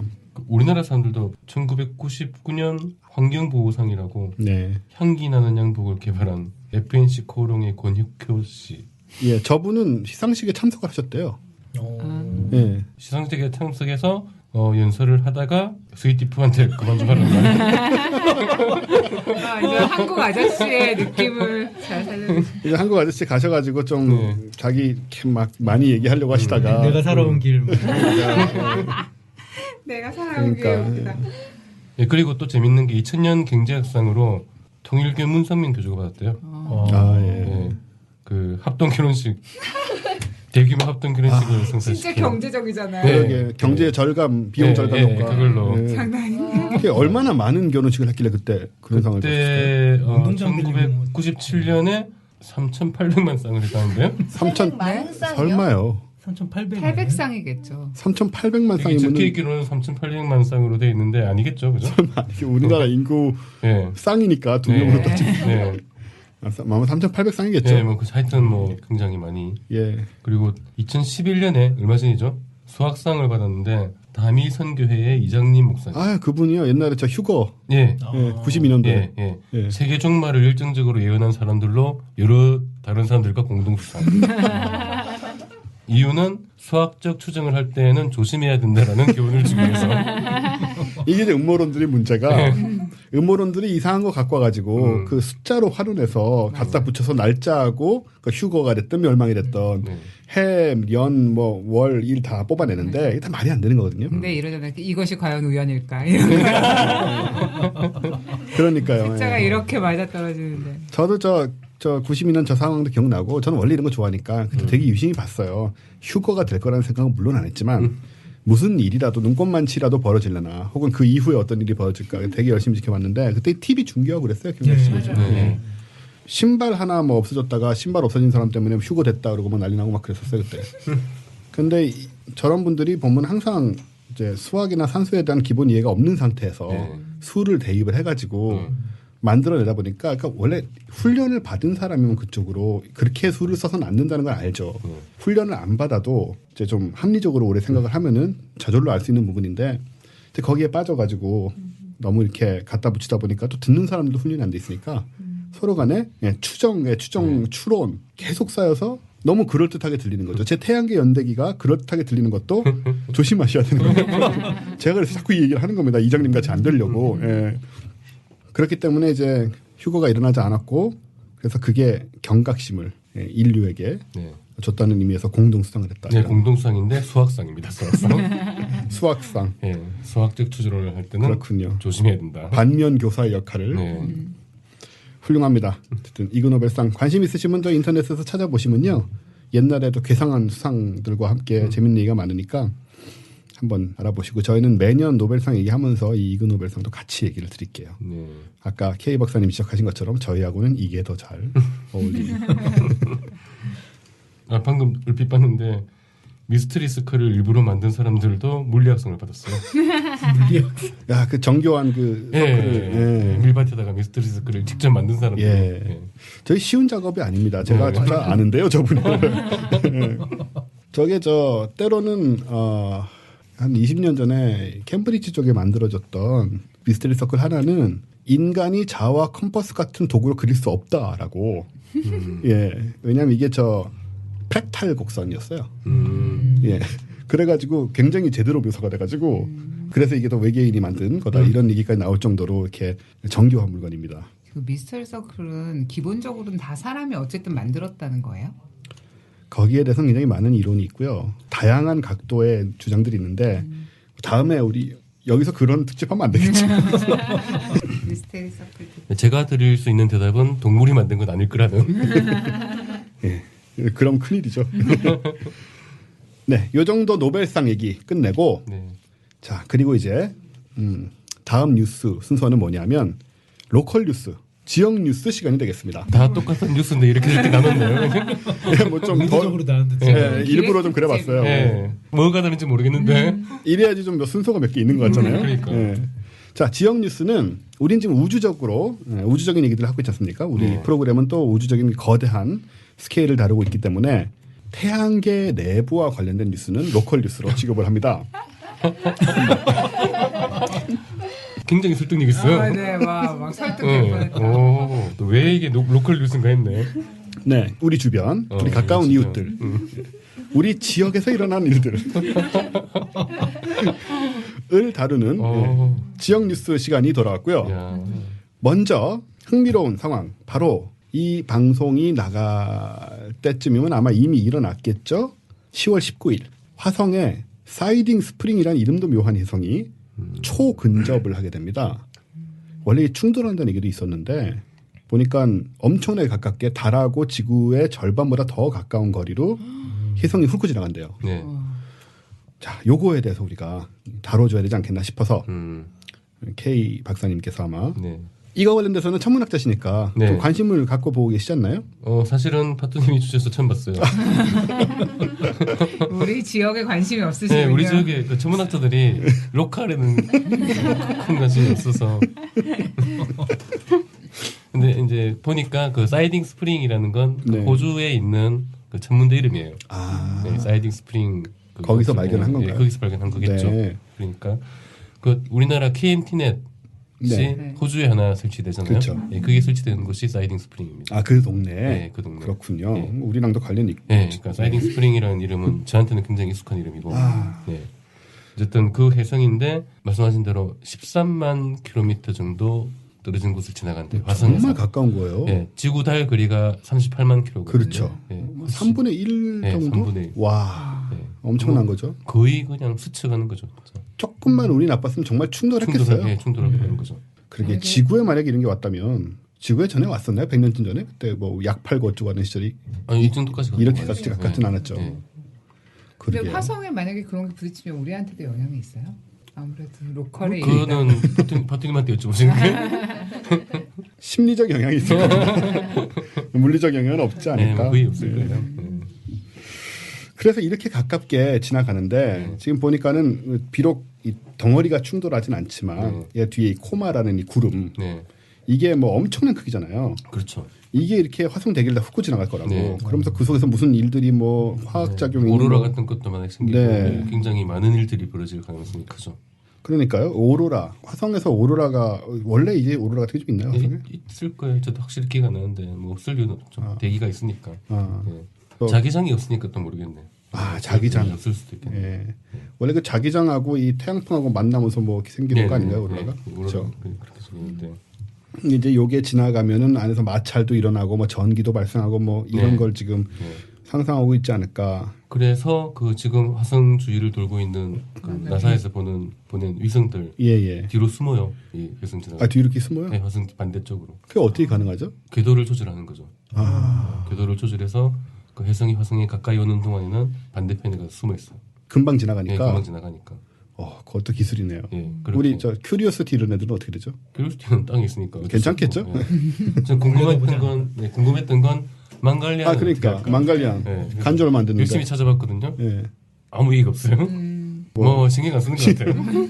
돈이 많이 안 들었으니까. 그러니까요. 뭐, 그 정도 버려도 예, 그 정도는 뭐 예, 아주 대범하게 대처하는 것 같아요. 궤도를 바꿔서 뒤로 숨는다. 네. 그러니까는 지나가는 동안에 아마 그 궤도상으로 뒤쪽에 가 있게 이렇게 네. 뭐 속도를 네, 조절하고 속도 높이를 조절, 조절. 예, 높이 조절하고 하면 되니까. 와, 그것도 참 대단합니다. 그 위성한테는 위험한 일이기도 하지만 굉장히 좋은 기회이기도 하겠어요. 그렇죠. 예. 예, 굉장히 새로운 현상들을 많이 발견할 수 있는 기회일 수도 있죠. 아까 저 대기도 지금 탐구를 하고 있다고 했는데 네. 아마 이런 정말 뒤집는 상황이 벌어지면 또 거기서 또 쉽게 찾아낼 수 없는 뭘 더 발견할 수 있을 것 같고 네. 어쨌든 이걸 뭐 지구에서 관측이 가능한가요 이거? 혜성은 이미 혜성하고 화성 열심히 그렇죠. 보면은 그쪽에- 예, 망원경으로 보면은 보이겠죠. 어쨌든 이렇게 지금 이런 일이 우리 지구 바로 옆에 우리의 이웃인 우리 지역에 지역에서 벌어지고 있다. 그런 얘기 여러분한테 전해드리고 다만 우리는 우려할 필요 없고 사재기 하실 필요 없고요. 예. 아무 일도 일어나지 않는다는 거. 그 다음에 또 화성 관련된 지역 뉴스가 하나 있습니다. 며칠 안 된 뉴스인데 10월 9일자로 올라온 뉴스인데요. 이제 화성 간다는 얘기 많잖아요. 화성 유인 탐사, 마스 원도 그렇고 뭐 여러 가지로 있는데 화성으로의 여행 비용을 줄이기 위해서 6개월간 겨울잠 상태에 승무원이 빠지게 하는 기술을 나사가 개발하고 있대요. 우와. 이 SF에 나오는 그 동면 그거잖아요. 네, 네. 네. 제가 얼마 전에 그 과천과학관에서 시네마 토크 했는데 스페이스 오디세이 네. 2001 스페이스 오디세이 앞부분에 보면 그 냉동된 동면에 되고 있는 저 승무원들이 나와요. 네. 근데 할 구철이 열받아서 다 막 죽여버리잖아요. 그 사람들. 네. 이때 이정모 서대문자연사박물관 관장님하고 이렇게 다른 평론가분하고 같이 얘기를 했는데 이게 냉동이 아니고 동면이다. 그걸 굉장히 강조를 하셨어요. 냉동은 이제 우리 냉동실에 얼음 막 네. 이런 게 냉동이고 이거는 그건 아니고 예. 그 얘기를 하시고 아직 그런 기술 없다라고 얘기를 하셨는데 지금 개발을 하고 있다라고 지금 뜬 거거든요 뉴스가. 영화에는 많이 나오죠. 많이 나오죠. 에일리언에도 나오고. 예. 네, 아바타에도. 아바타에도 나오고. 처음에 네. 그 6년간 잠들고 깨어나는 네. 장면부터 시작하잖아요. 아바타. 네. 혹성 탈출도. 네. 혹성 탈출도 원래 먼데 가려고 했다가 네. 이제 다시 다들 스토리 아시겠죠? 지구로 돌아오는 거 아시죠? 30년 된 스포일러. 지금 듣고 막 실망하시는 분 있어요. 뭐 지구? 보려고 그랬는데. 볼라 그랬는데. 아니 이그 노벨상에서 누가 그거 연구해줬으면 좋겠어. 스포일러의 기한. 스포일러의 유효 기간. 네, 언제까지 우리는 말하지 알아야 하나. 애정남에서 정해줘야 될 것 같은데. 자, 요게 그래서 지금 병원에서 3, 4일 정도는 된대요. 저체온 치료라고 해서. 근데 신진대사가 느려지면 인체 조직 반응도 늦춰지고 뭐 뇌세포 파괴도 막을 수 있다고 하는데 계속 지금 6개월 동안 그러면 굶으면서 가는 거잖아요. 그 아바타를 봐도 아바타 깨어나자마자 그 사람 너희들 배고프지 뭐 이런 얘기를 해요. 그 관리자가. 근데 밥은 당연히 못 먹고 에너지는 다 영양분은 정맥 주사로 닌겔이죠 한마디로 닌겔로 공급이 되고 근육이 위축되는 건 전기 자극을 계속 준대요. 그래서 이제 자고 있는 동안 이제 이렇게 막 근육이 우리 옛날에 저 개구리 이렇게 하듯이 바닥바닥 뛰는 거겠죠. 그런 식으로 했는데 이게 지금 효율이 엄청난 거죠. 숙면 상태의 화성 우주 비행을 하게 되면 우주인 1인당 220에서 400톤의 무게를 줄일 수 있다는 거예요. 적어도 제가 보는 기사는 그렇습니다. 비록 지난번 무한 동력을 다룬 그 언론사이긴 합니다만. 단위를 좀 의심해봐야지. 그러니까 갑자기 신뢰가 뚝 떨어지는데. 네. 그러니까 220에서 400톤은 좀 넘어가지 그러니까 않나. 이건 좀 예. 네. 근데 그럴 수 있을 것 같은데요. 하루 3끼 먹고 기간을 생각해보면 우리가 6개월 동안 지구에서는 400톤 먹어요? 아니 먹고 뭐 코끼리야, 화장실도 아니 예를 들어 화장실에 가야 되면 물도 써야 되고 뭐 어쨌든 이런 거 아, 물. 그럴 수 있을 물은 몇 것 톤 같아요. 쓸 수도 있다. 사용하는 네. 그럴 것 물질 같은데요. 뭐 전체를 세수도 다. 해야 되고 뭐 이도 닦아야 되고 그러니까. 네, 원문 기사를 찾아보는 걸로. 예, 좀 그게 좀 필요할 것 같은데 어쨌든 여기에 따르면 뭐 엄청난 무게를 줄일 수 있고 무게를 줄일 수 있다는 거는 뭐 K2 박사님 이건 결국은 뭐 비용 이런 문제잖아요. 그렇죠. 예. 발사체 연료도 훨씬 줄일 수 있을 거고. 예. 돈도 적게 들고 예. 연료도 줄이고 다른 거를 또 심지어 뭐 실을 수 있을 수도 있고. 그래서 야 이제 이런 기술이 드디어 실현이 되는구나 하고 봤더니 마지막에 반전이 있어요. 30년 안에 개발될 거래요. 근데 그때 왜 저기 박사님께서 그 30년의 허구성에 대해서 말한 이후로 그래서 그런지 눈에 너무 많이 띄는 거예요. 뭔가 약간 신기술이 나왔다면서 30년 내 실현. 막 사람들이 잊어버릴 기간. 네, 그게 딱 생각이 나더라고요. 지금은 3일에서 2주일 정도 된대요. 예, 2주일까지는 하나 봐요. 네. 그런데 6개월 정도는 30년 안에 개발될 것이다. 근데 우리 지금 마스1 2020 뭐 한 8년쯤 후에 거의 2022년인가 출발이 네. 목표인데 네. 그럼 그분들은 이제 220에서 400톤의 무게를 줄이지 못한 채 예, 아주 저열한 환경 속에서 가셔야 되는 상황이 원칙의 아닌가. 방법으로 가는 거죠. 그러니까요. 예, 그런 걱정도 해보지만 더 심각한 문제가 있습니다. 이것도 바로 엊그제 나온 뉴스라 역시 화성 얘기긴 한데 제가 일부러 읽는 게 아닙니다. 제 태양계 연대기가 화성을 다루고 있는 매우 재미있는 책이기 때문에 화성 뉴스를 고른 게 아니라 정말로 지금 화성 뉴스가 쏟아져 들어옵니다. 10월 12일자예요. 이 분들의 주장은 이게 미국 매사추세츠 공대 MIT죠. 박사과정 4명으로 구성된 연구진이 시행한 시뮬레이션 결과 마스1의 계획대로 마스1은 원래 가서 이제 거기 정착하는 거잖아요. 네. 얘네들은 작물을 재배한다고 그랬어요. 네. 그걸로 작업자족을 한다. 못 돌아오니까 식량 같은 건 많이 안 가져가고. 그런데 그렇게 한다면 68일 만에 질식으로 사망한다는 거예요. 그래서 이게 무슨 얘기인가 했더니 이 사람들 생각은 그 밀이랑 이런 걸 키우면서 걔네들이 풀이 이제 산소를 만들잖아요. 근데 밀이 완전히 자라면 68일이 지나면 밀이 완전히 자라는데 밀이 완전히 자라면 온실 대기 중에 산소가 너무 많아진대요. 산소 농도가. 정말요? 근데 여기서 우리가 아마 청취자분들도 좀 혼란스러우실 수 있는데 우리가 현실에서 지금 살면서 산소를 마시고 있는 게 아니거든요. 공기를 마시고 있죠. 산소가 포함된. 산소는 20몇 프로에 불과하죠. 대부분이 질소예요. 우린 이 공기를 마셔야 되는 거거든요. 고압 산소 같은 걸 계속 마시면 죽습니다. 다. 예, 그런 거거든요. 예, 산소가 매우 중요하긴 하지만 근데 산소 농도가 너무 높아져서 주민들이 호흡을 하려면 산소를 우주 밖으로 내보내야 된대요. 그런데 호흡에 필요한 방금 말씀드린 질소를 유지하면서 산소만 빼내는 기술이 없대요. 그래서 공기를 다 빼내야 되기 때문에 그럼 질식이 죽는다는 거예요. 감자칩을 잔뜩 싸가면 되겠네요. 제가 저 얘기하려고 준비하고 있어요. 그런 거예요? 내가 망친 거예요? 자르고 하세요 그러면. 아니요. 제가 저 얘기하려고. 예. 이게 더 재밌어요. 그러니까 방법이 있는 거지. 감자칩이랑 이 과자들을 한국산 과자들을 국산 잔뜩 과자라고 싸가지고 하죠. 가면 무게도 가벼워 이것들 아시다시피 등계별로 없기 때문에. 그래서 식량도 되고 네. 안에 과자는 먹고 저기 산소가 많아지면 과자 봉지를 동시에 터트리면 질소가 확 나와서 이제 밸런스를 맞춰주는. 네. 얼마 전에 왜 한강에서 이 과자 봉지 배 탔잖아요. 예, 배 탔잖아요. 과자 봉지로 배 만들어가지고 한강을 건넜어요. 질소 풍선 과자로. 이제 이런 것에 어떤 그 우주적인 그 연장선상이 있다고 할까? 그런 관점이 아닌가. 제가 이 얘기를 다 준비했는데. 내가 망쳤어. 아니에요. 한 방에. 재밌었어요. 잘하셨습니다. 혹시 궁금해하실 분이 있을 것 같아서 지금 지구 대기에는 산소가 한 20% 네. 정도잖아요. 그러니까 1기압 중에서 산소에 해당되는 그 기압만큼이 필요한 거예요. 사람한테는. 그러니까 1기압 전체가 산소로 돼버리면 안 돼요. 그렇죠. 네. 그러면 안 되고 그러면은 뭐 우주인들은 100% 산소를 마시는데 어떻게 된 거냐? 전체 기압이 낮기 때문에 그때는 전체 기압이 낮기 전체 때문에 기압이 100%를 마셔줘야 지상에서 20% 맛있는 건 포함되어 똑같이 있는 맛있는 만큼의 예. 기압이 해당이 되는 거예요. 예, 기압. 예, 예. 네. 그렇군요. 전체 1기압에서 전체가 산소가 돼버리면 안 돼요. 그럼 네. 할 수가 없죠. 어쨌든 간에 그래서 68일 만에 질식사 한다고 주장을 하고 있고 여기에 마스원 CEO께서도 반박을 하셨어요. 무슨 잘 모르겠습니다. 무슨 압력 순환 흡착 기술을 적용한다고 하는데 거기에 또 반대해서 이 MIT 연구진은 그런 제거 기술은 없다 이런 얘기도 하고 그래서 지구에서 필요한 식량을 다 가져가는 것이 더 저렴하다고 반박을 했다고 해요. 아무튼 지금 이 얘기들을 종합을 해보면 우리가 동면을 30년 후에 동면 기술이 개발되면 동면을 한 채 6개월 동안 화성에 가면서 그 220에서 400톤 그 남는 양만큼 감자칩을 우주선에 싣고 가면 이 문제 해결되고 예. 식량도 싣고 가는 게 낫다고 그러잖아요. 여기서. 이건 노벨 상감인데 이거.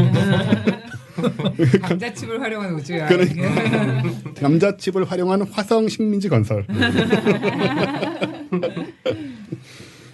예, 그렇게 해결할 수 있는 한 큐에 해결할 수 있는 방법이 되지 않을까 예, 생각이 됐고요. 어쨌든 참 우리 인간들 화성에 많이 가고 싶어하는 것 같아요. 되게 가서 뭐 하고 싶어하는 것 같고 이런 식민지 이런 거 건설해가지고 예, 우리도 죽기 전에 화성에도 가보고. 저는 별로 안 가고 싶어요. 아 그래요? 네, 저는 아까 말했지만 로컬에는 별로 가지 않아요. 그럼 인터스텔라. 예, 그 정도면 웜홀로? 예. 그거 시사회 안 가나요, 저희? 저희 갑니다. 예. 하는데? 저희 특집으로 한번. 이벤트 하고 있어요 지금. 아, 그러지 사실 몰랐어. 케이트 박사님은 저희가 모셔야죠. 아, 감사합니다. 예, 28일이에요. 10월 28일입니다. 적어놔야지. 용산 CGV. 네, 참고로 작년에 저희가 그래비티로 아까 얘기 나왔던 그래비티로 시사회를 했었는데 올해에는 크리스토퍼 놀란 감독의 정말 기대작이죠. 인터스텔라로 시사회를 합니다. 예, 우리나라에서 일반 시사로는 처음으로 하는 시사회에 저희가 자리를 얻었고요. 또 이 자리에는 정재승 카이스트 교수님과 박상준 서울 SF 아카이브 대표님이 영화가 끝나고 또 대담도 하시고요. 네, 저희가 그래서 이 이벤트를 하고 있는데요. 저희가 페북에도 올렸지만 또 이 방송을 들으시는 분들은 저희한테 메일을 보내주시면 저희가 추첨을 할 거거든요. 추첨을 해서 또 선정되시면은 저희와 함께 이 아이맥스에서 인터스텔라를 상영 전에 볼 수 있는 그런 기회를 가지실 수 있습니다. 저희 이메일이 뭐였죠? 네, 시사회 응모하시려면 저희 메일 people@sciencepeople.co.kr people@sciencepeople.co.kr로 이름하고 이메일 주소, 전화번호 적어주시면요. 문자 메시지로 당첨 공지할 거고요. 당첨이 끝나면 추첨이 끝나면 개인정보 다 파괴하니까 걱정하지 않으셔도 되고 이건 저희가 22일까지 신청 받고 있습니다. 그러니까 22일까지 다 보내주시면 돼요. 네. 경쟁이 아주 치열할 것으로 예상이 되고요. 그래서 별로 큰 기대는 하지 마시고 한번 이메일 한번 보내보세요. 네. 근데 이런 건 있어요. 진짜 경쟁이 지금 치열하거든요. 네. 페이스북에만 올렸는데 굉장히 많은 분들이 보내주셨는데 이거 당첨되면 정말 본인이 운이 좋다는 걸. 본인의 운을 확인하실 수 있는 네. 기회로 삼으시기 바랍니다. 이 영화도 아마 제작비는 망걸리안보다 많이 들었겠네요. 그렇겠죠. 배우 개런티만으로도. 아마 그럴 겁니다. 자, 저희 이제 로컬 뉴스 마지막 순서가 되겠습니다. 자, 저희가 명왕성 얘기를 몇 번 했었는데요. 지금 명왕성이 행성의 주위를 잃은 건 다 알고 계시죠? 꽤 된 얘기입니다. 그런데 요즘 명왕성을 다시 행성으로 추대하자. 그런 얘기, 운동이 또 벌어지고 있다고 하더라고요. K 박사님 이 상황에 대해서 좀 어떤 정보를 갖고 계십니까? 계속해서 미래를 갖고 있는 사람들이 있는 거죠. 미국 사람들이 주로. 미국 사람들이요. 예. 네. 주로가 아니라 대부분 미국 사람들하고. 명왕성이 유일하게 미국에서. 예, 그렇죠. 그러니까 명왕성 전의 모든 행성은 어차피 사실 토성까지는 옛날 사람부터 그렇죠. 맨눈으로 보이는 거니까 알았고 네. 이제 천왕성, 해왕성 두 개가 나중에 망원경 이후로 발견됐는데 네. 둘 다 유럽 사람들이 발견했고 명왕성은 미국 사람이 발견을 했는데 예, 그게 빠지니까 그렇죠. 아쉽고. 이게 저 화성의 운하를 그렸던 로웰 천문대의 네. 그 네. 나중에 예. 명왕성을 발견한 걸로 제가 알고 있는데 네. 한 번 더 얘기를 하자면 이 명왕성이 왜 행성에서 빠진 겁니까? 예, 명왕성 발견은 일단 클라이드 톰보라는 사람. 클라이드 톰보의 그 LA 다저스의 그렇죠. 예, 클레이턴 크쇼의 예. 왜 할아버지의 동생인가 뭐. 이번에 포스트 시즌 말아먹은 컷쇼. 예, 하여튼 그 명왕성이 빠진 건 일단 그 명왕성 바깥쪽에 명왕성보다 더 큰 천체가 발견이 됐어요. 네. 그게 한 개도 아니고 여러 개가 앞으로도 계속 발견이 될 가능성이 상당히 높다. 이제 그런 식으로 돼버리니까 명왕성을 행성에 넣으면은 네. 행성으로 분류해야 될 것들이 거의 12세계까지 늘어난다. 네. 그리고 더 늘어날 가능성이 많다. 그것들을 전부 다 어떻게 행성으로 넣을 거냐. 앞으로 생겨날 그 정도 크기가 나타날 때마다 그때마다 행성이 계속 바뀌어야 되는 거거든요. 예. 그럴 수는 없으니까 새롭게 정의를 해야 되지 않겠냐라고 해서 2006년에 국제 전문 연맹에서 투표로 결정을 해서 명왕성이 그 외행성, 외소행성으로 분류가 됐죠. 근데 뭐 사실 행성 몇백 개 갖고 있으면 좀 다른 태양계 사람들이 보기에 폼나지 않을까? 너희는 10개네, 우리 300개야. 시험 어떻게 보시려고요? 역시 천문학으로 시험을 여러 번 치신 경험자께서 예, 그렇군요. 그런 일이 있어서는 안 되죠. 예, 그렇군요. 근데 여기 마지막에 보면 미국이라 그런지 몰라도 토론회를 마친 후 벌어진 찬반 투표에서 청중들이 압도적으로 명왕성의 행성 지기 복원에 찬성했다고 해요. 뭐 그렇겠죠. 그죠? 네. 박사님 생각은 어떠세요? 이게 그러니까 뭐 정서적으로는 그럴 수 있는데 네. 과학적으로 정의를 하려면 그러니까 왜 명왕성만 들어가냐라는 기준을 세울 수가 없어요. 도저히 답이 네. 논리적으로 다른 건 다 빼고 명왕성만 행성으로 분류할 수 있는 과학적인 방법이 없다고 봐야 돼요. 없다. 예. 기준을 뭐 몇 년 이전에 발견된 것만 행성으로 한다. 네. 그러면 모를까?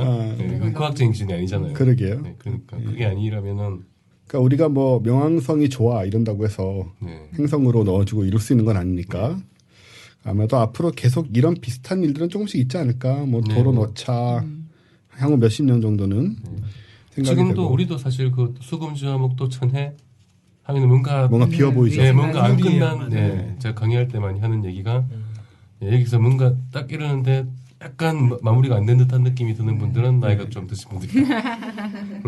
이게 심지어는 우리가 하도 많이 이걸 말을 해가지고 일종의 조성이 생겨 있어요. 운율이 수금, 지화, 목토, 천해, 명, 그죠?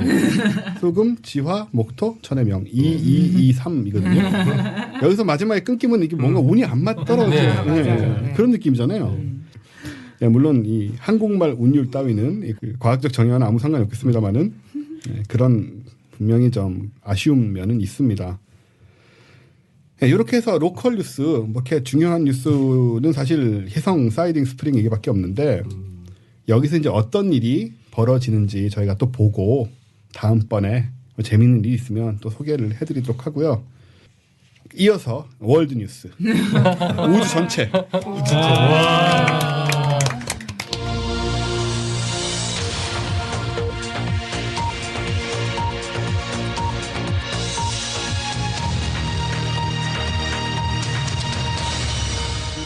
우리 태양계 넘어 혹은 우리 은하계 넘어서까지 이 거대한 우주에 대해서 벌어지고 있는 뉴스들을 다루는 그런 시간으로 마련했습니다.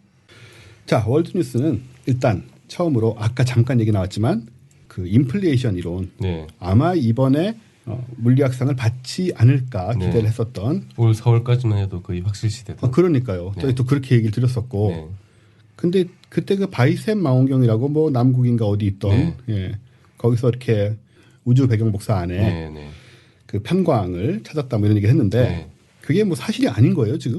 사실이 아닌 건 아니고요. 생각했던 것보다 확실하지 않다.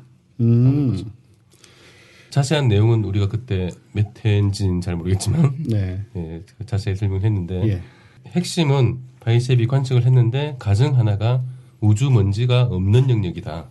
그 자기들이 관측한 영역이 그런 가정을 하고 우주 공간의 먼지가 이 영역은 굉장히 적다. 그래서 먼지의 영향이 거의 없을 것이다라고 가정을 하고 관측을 한 거예요. 그래서 이제 결과를 얻었는데 그 플랑크 위성이 조사를 해보니까 그게 생각보다 없지 않다라는 거죠. 먼지가. 그때도 우리가 아마 플랑크 위성 같은 쪽에서 검증을 해야 된다. 이런 얘기 했었는데 검증 결과 지금 좀 시원찮은 거군요. 상황이. 그래서 이번에 그 노벨상에서 오르지 못한 게 있죠. 그러면 또 지금 여기 보니까는 뭐 플랑크 측과 바이셉 측이 공동으로 뭐 분석을 지금 하려고 한다고 하는데 서로 아직 확실하지 않기 때문에 서로 같이 이제 조사를 해봐야지 확실한 결론이 나올 거예요. 크로스 체크를 뭐 하고 그래서 혹시 어쩌면 이게 다시 네. 사실로 밝혀져서 사실로 밝혀질 수도 있고, 근데 문제는 그 플랑크 위성에서 조사한 정도가 아니라 하더라도 네. 자체적으로도 바이셉 자체적으로도 자기들이 처음 발표했던 것만큼 확실하진 않다라는 얘기가 나오곤 있어요. 좀 서두른 거예요, 그죠? 조금 서두른 감이 있죠. 왜 그랬을까요? 경쟁 때문에 그런가요? 그때는 확실한 믿음이 있었을 거예요. 네, 그 경쟁이나 그런 것도 좀 있었겠지만 네. 분명히 그때는 확실한 그 확신이 있었을 거고, 그런데 뭐 해보니까 그 정도까지는 아니고, 근데 이제 문제는 이게 신호가 아주 강했거든요. 네. 근데 이제 신호가 좀 약해지면 여러 가지 모델이 가능해져요. 아주 약해져 버리면 네. 단 한두 개의 모델이 아니라 가능한 모델 수가 확 늘어나 버리기 때문에 조금 이제 그 확실한 게 아닌 게 될 수. 그렇게 되면은 급팽창을 증명하는 역할은 좀 많이 약해지죠. 네. 급팽창이 아닌 또 이걸로도 가능할 수도 있고 그런 게 돼버리니까. 우리가 이제 이런 경우를 가리켜 설레발이라는 표현을 쓰기도 하는데, 왜냐하면 우리 영상 봤잖아요 그때. 네. 그 린데 선생님한테 네. 노트북이랑 들고 가가지고 막 네. 연락도 안 하고 찾아가서 이제 나쁘게 말한다. 아니 우리 린데 선 불쌍하잖아. 우리는 이렇게 좀 가까우니까 뭐. 네. 봤다고 먼 발치에서. 한 몇십 미터 거리에서 봤죠. 예, 봤다고요. 예, 그 연설하시는 것도 강연하시는 것도 들었고, 어쨌든 그 잠옷 입고 계신 분 찾아가가지고 막 이렇게 헛바람 넣어놓고 이거 아니면 이거 어떻게 해야 돼 이거? 예? 중력파로 노벨상 받을 수 있는 TO가 하나 생겼죠 방금. 긍정적인 면을 보자면. 이 어떤 분들이 이 급팽창 이론하고 가속 팽창하고 또 막 혼동을 하시더라고요. 근데 가속 팽창은 저서에 쓰셨듯이 네. 우주가 시간이 지날수록 점점 빠르게 팽창한다는 그렇죠. 얘기고, 네. 지금도 그러고 있는 거고, 네네. 요 급팽창은 아주 초기에만 일어나는 아주 거잖아요. 초기에 아주 참 짧은 시간 예. 동안. 10의 36제곱분의 1초가 지난 뒤 우주가 갑자기 10의 24제곱배 이상 급팽창했다. 네. 요 한순간 일어난 일. 네네. 그런 거죠. 네. 다른 건데 어쨌든 이게 사실로 밝혀진 듯 했으나 당분간 미뤄질 것 같고, 예, 사실이라는 게 밝혀지지 않는 상황이 벌어질 수도 있다. 네. 좀 그런 네. 상태입니다. 그러니까 이 증거로는 아직 확실히 안 되는 거죠. 그렇다고 이제 급팽창 이론이 틀린 건 아니고, 네. 급팽창 이론이 증명이 될 뻔한 게 아직은 증명이 안 된 상황인 거죠. 보류가 된 거죠. 네. 예, 그래서 앞으로 혹시 급팽창 이론과 관련돼서 다른 소식이 들어오면 저희가 또 월드 뉴스 시간에 자세하게 더 전해드리도록 하고요. 지금은 좀 아쉬운 상황입니다. 자, 월드 뉴스 두 번째 시간. 이거는 어떤 분들은 로컬 뉴스가 아니냐 착각을 하실 수 있습니다. 하지만 잘 보시면 이게 왜 지역 뉴스가 아닌지 아실 수 있고요. 지구상의 바닷물 50%가 외계 행성에서 왔을 수 있답니다. 50%가. 네. 절반이. 예, 지구상 하니까 지역으로 착각을 하실 수 있지만 외계 행성에서 이 부분이 중요하기 때문에 월드 뉴스로 이주 노동자 뉴스 이런 거 가지고. 월드 뉴스로 분류를 했습니다. 이 얘기를 K 박사님 간단하게 좀 설명을 해주시겠어요? 네, 물이 제가- 뭐 어떻게? 네, 제가 사실 이 뉴스를 딱 이제 주식길래 보고 네, 보자마자 이상하다는 생각을 했어요. 아주 잘못된 거예요. 그러니까 혹시? 예. 딱 읽자마자 50%가 외계 행성에서 왔다? 그러니까요. 이거는 좀 제 생각으로는 도저히 말이 안 되는 거라는 생각이 들었어요. 예, 그래서 이제 원문을 열심히 찾아봤죠. 예, 네, 찾아봤더니 외계 행성에서 왔다는 얘기가 아니고 아니고 예, 외계라는 표현도 약간 그런데 이제 태양계 밖에서 태양계 밖에서 네, 태양계 밖에서 그러니까 우주 공간에서 우주 공간에서 만들어진 상태에서 왔다. 네. 예, 그런 뜻입니다. 어쨌든 월드 뉴스인 건 맞네요. 태양계 바뀌니까. 휴. 태양계가 만들어질 때 만들어진 물이 아니고 네. 그 이전에 아, 그 이전에 우주 공간에서 만들어진 물이 여기 이제 끌려 들어와서 지구의 물이 되었다. 그런 얘기죠. 우주 공간에서 그냥 물이 만들어지기가 쉬운가요? 그렇죠. 수소하고 우주 공간에- 산소. 수소, 산소 있으니까 예. 굉장히 많아요, 물은. 예. 그러니까 이 지구에 그 많은 물들이 거의 그렇게 많은 양이 만들어서 온 거니까. 아하. 그러니까 50% 정도가 태양계가 만들어지기 전에 바깥에 성간 물질이니 뭐 이런데 네, 네. 만들어져 있다가 그렇죠. 네. 들어와서 네. 지구상에 물이 되었다. 네네. 그런 얘기군요. 그러니까 시뮬레이션을 해보니까 태양계 행성 과정에서 만들어지는 물의 양으로는 지구의 물을 다 설명할 수가 없다는 거죠. 네. 우리 화성에도 물이 많았었는데, 네. 그럼 아마 화성의 물도 그런 식으로 갔을까요? 대부분 그렇게. 그렇겠죠. 네. 그래서 네. 이제 중요한 거는 의미는 이런 식으로 워낙 물이 외계행 태양계 바깥 승강물질에서 많이 만들어지니까 네. 다른 외계행성에도 물이 많을 거다. 아. 네, 그런 의미가 이게 이제 잠깐 잘못돼가지고 외계행성에서 물이 왔다 이런 식으로 이제 이게 완전히 번역이 잘못된 거군요. 예. 저는 그런 생각을 한 거예요. 그래서 외계 행성이 뭐 비슷한 얘기인지도 모르지만 우리 왜 지난번에 봄에 그 별에서 와서 별로 가다 이 특집 프로 했었잖아요. 네. 그때 얘기한 게 옛날에 이제 태양계가 생겨나기 전에 지구와 태양이 생겨나기 전에 또 비슷한 천체가 있었고 네. 거기에도 생명도 살았을 것이고 그리고 그 별이 죽으면서 뭐 초신성이 되든 뭐가 되든 하면서 물질들을 방출하고 네. 그게 떠돌아다니다가 그 어떤 외계 행성에 있던 물이 네. 예, 있다가 그랬을 수도 있어요. 그랬을 수도 있다. 그랬을 가능성을 배제할 수는 없는데 네. 거기서 왔다 그러고는 말할 수가 없죠. 하긴요. 그 네. 이런 외계 행성이 존재했다는 증거도 없는데 그렇죠. 이 외계 행성에서 물이 왔다고는 더더욱이 말할 수 없는 네. 그런 상황이군요. 이 기사가 사실은 이제 내용 중에서도 이것뿐만 아니고 네. 좀 이제 잘못 번역되거나 그런 잘못 이해하고 쓴 내용이 좀 많은 기사였어요. 그렇군요. 제가 좀 확인했어야 되는데 반가운 나머지 네. 또 저는 저 청취자분들에게 과학적이진 않지만 막 상상을 좀 해줄 수 있는 그런 뉴스가 아니었나. 네. 그래서 오래된 태양계가 생기도 전에 이 지역에 있던 어떤 천체에서 그러니까 아마 이 기자분도 약간 그런 식으로 생각을 하다 보니까 그게 잘못 읽힌 것 같아요. 예 역시 사람이 바라는 네. 것을 희망사항이 좀 예, 들어간. 예. 과학은 제 희망사항을 구체화해주는 그런 것이 아닌데요. 그렇죠? 그래서 어쨌든 흥미롭습니다. 우리는 전에 우리 방송 시간에 몇 번 얘기를 했지만 우리는 일반적으로는 외계에는 물이 전혀 없을 거다. 특히 우주 공간에는 네. 물이 전혀 없을 거다라고 생각하기 쉬운데 실제로는 굉장히 많다. 네. 예, 액체 상태의 물은 아니겠지만 네. 그 물 분자는 물 분자. 예. 어마어마하게 많아요. 그냥 뭐 수소하고 산소 둘 다 예. 흔한 원소니까. 그러게요. 예. 그렇게 월드 뉴스 두 번째 거 이렇게 시시하게 해막을 내리고요. 예. 다음 뉴스 세 번째 뉴스입니다. 요건 좀 흥미로운 얘기인데 의미는 정확하게 모르겠어요. 이 하이브리드 스타라고 하는데 네네. 적색 초고성이 중성자별을 품고 있다? 네. 뭐 이런 얘기였거든요. 네네. 어떻게 이런 일이 가능한 것인지.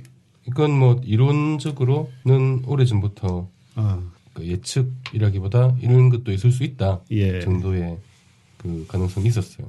그러니까 태양은 이제 혼자 떠 있는 그 돌아 있는 별인데 네. 많은 별들이 혼자 있지 않고 두 개나 뭐 세 개씩 짝을 지어 있거든요. 쌍성형처럼 네. 쌍성형태로 있는데 그 중에는 하나는 중성자별이고 하나는 적색거성인 그런 쌍성이 있을 수 있는 거죠. 둘 다 이제 원래는 그냥 별이었다 이게 둘 다 늙어가지고 그렇죠. 하나는 적색거성이 되고 하나는 중성자별이 되고. 예, 예. 예. 근데 이제 적색거성이 되면은 별이 팽창을 하거든요. 그렇죠. 네, 표면이 팽창을 하는데 원래 크기의 100배에서 1000배까지 팽창을 해요. 그렇게 돼버리면은 지구 넘어 태양 지금 태양이 100배 정도 커지면 거의 지구 가까이 오고 네. 1000배 커지면 뭐 지구 훨씬 넘어서서 네. 뭐 화성 바깥까지 가는 정도가 되니까 네. 그 정도 거리에 다른 이제 중성자별이 있었다면은 예, 그 안에 묻혀버리는 거죠. 그냥 먹혀버린 거군요. 그렇게 먹혀버린 원래 쌍성이었다가 예. 그러니까 안에서 뭐 별이 생겨나고 이런 건 당연히 네, 아니고. 네, 네. 예. 나중에 이제 태양이 종말을 맞을 때 우리 한번 얘기했지만은 네. 이 지구도 그 속에 먹히고 아닐 네, 거 아니겠습니까? 네. 그 지구 대신에 여기 중성자별이 있는 거군요. 그렇죠. 지구 네. 대신에 중성자별이 먹힌 거죠. 그런 경우. 네. 근데 이론은 있었는데 지금 이걸 뭐 찾았다는 건가요? 네, 그래서 찾았다는 거죠. 찾았다. 네. 거의 찾았다. 거의 찾았다는 또 뭡니까? 뭐 일단 이제 예측하기로는 원래 이제 적색 거성이 그 내는 스펙트럼이 있어요. 네. 그 스펙트럼이 있는데 만일에 안에 중성자별이 들어 있으면은 그 이상한 운소들이 막 만들어질 수가 있잖아요. 그 이상한 운소들이 발견했다는 거죠. 일반적인 적색 거성에는 없는 중성자별이 있다면 만들 수 있는 그런 운소들이 가지고 있는 적색 거성을 발견한 거죠. 네. 그러니까 약간은 간접적인 관측이군요. 그렇죠. 그러니까 이 안에 중성자별이 있다는 걸로 잘 설명이 되는. 네. 그러니까 중성자별을 확인한 건 아닌 거고 네. 중성자별이 있다면 이런 스펙트럼이 가진 적색 거성이 있을 텐데 그걸 발견한 거죠. 보니까 마젤란 성운에 있다고. 네네. 예, 소마젤란 은하인가요? 소마젤란 은하. 은하죠. 네, 예. 그렇죠. 우리의 은하에 딸려 있는. 그렇죠. 네, 은하. 우리 전에 은하 얘기하면서 거대한 우리 이 막대가 있는 우리 은하의 그 위대함에 비해 저런 난쟁이 같은 마젤란 은하는 참 불쌍하다 이런 얘기 제가 개인적으로 했던 기억이 나는데 19만 9천 광년 정도 떨어져 있으면 우주에서는 그렇게 먼 게 아니잖아요. 그렇죠. 그러니까 우리 은하에 그냥 붙어 있는 은하라고 거의. 예. 그러니까 이 정도 거리에서 이런 걸 발견해서 이게 가지고 있는 뭐 천문학적 의의라면 어떤 걸까요? 우주에는 굉장히 다양한 것들이 다양하고 비슷한 것들이 있다. 아니 그거 망원경 안 봐도 알 수는 있을 것 같은데요. 그러니까 이거는 뭐 별 이론 같은 거 막 많이 연구하던 사람들이 네. 걔 재밌는 것도 있지 않겠냐. 이제 뭐 그런 걸로 하나 제안해 놓은 거예요. 근데 제안한 사람이 킵손이라는 사람이거든요. 이 사람 좀 유명한 유명한 사람이니까. 사람이에요. 네. 네. 타임머신 뭐 이렇게 그 웜홀이니 뭐 웜홀 이런 이런 거막 예. 영화 같은 거 하면서 작업 많이 하고 예. 그분인데 그 사람이 예측을 한 거였어요. 그러게요. 근데 어쨌든 발견을 했으면 근데 만약에 이런 걸 발견하면 이거는 노벨상감 같은 건 아니죠. 인류에 무슨 큰 기여를 했다거나 LED만큼 기여했을 수 없으니까. 중성자별로 LED. 네, 뭐 인플레이션의 증거를 발견했다거나 뭐 그런 것까지는 아니니까. 그런 것은 아니니까.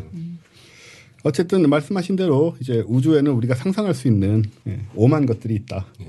그래서 적색거성이 중성자별을 삼켜놓은 그런 곳도 네. 있고 상상을 하면 있는 거예요. 진짜. 상상을 하면 있는 거다. 이런 것도 있지 않겠어 했는데 진짜로 있는 거죠. 네. 네, 그런 정도로 문학 우주는 다양하니까. 그러게요. 흥미롭습니다.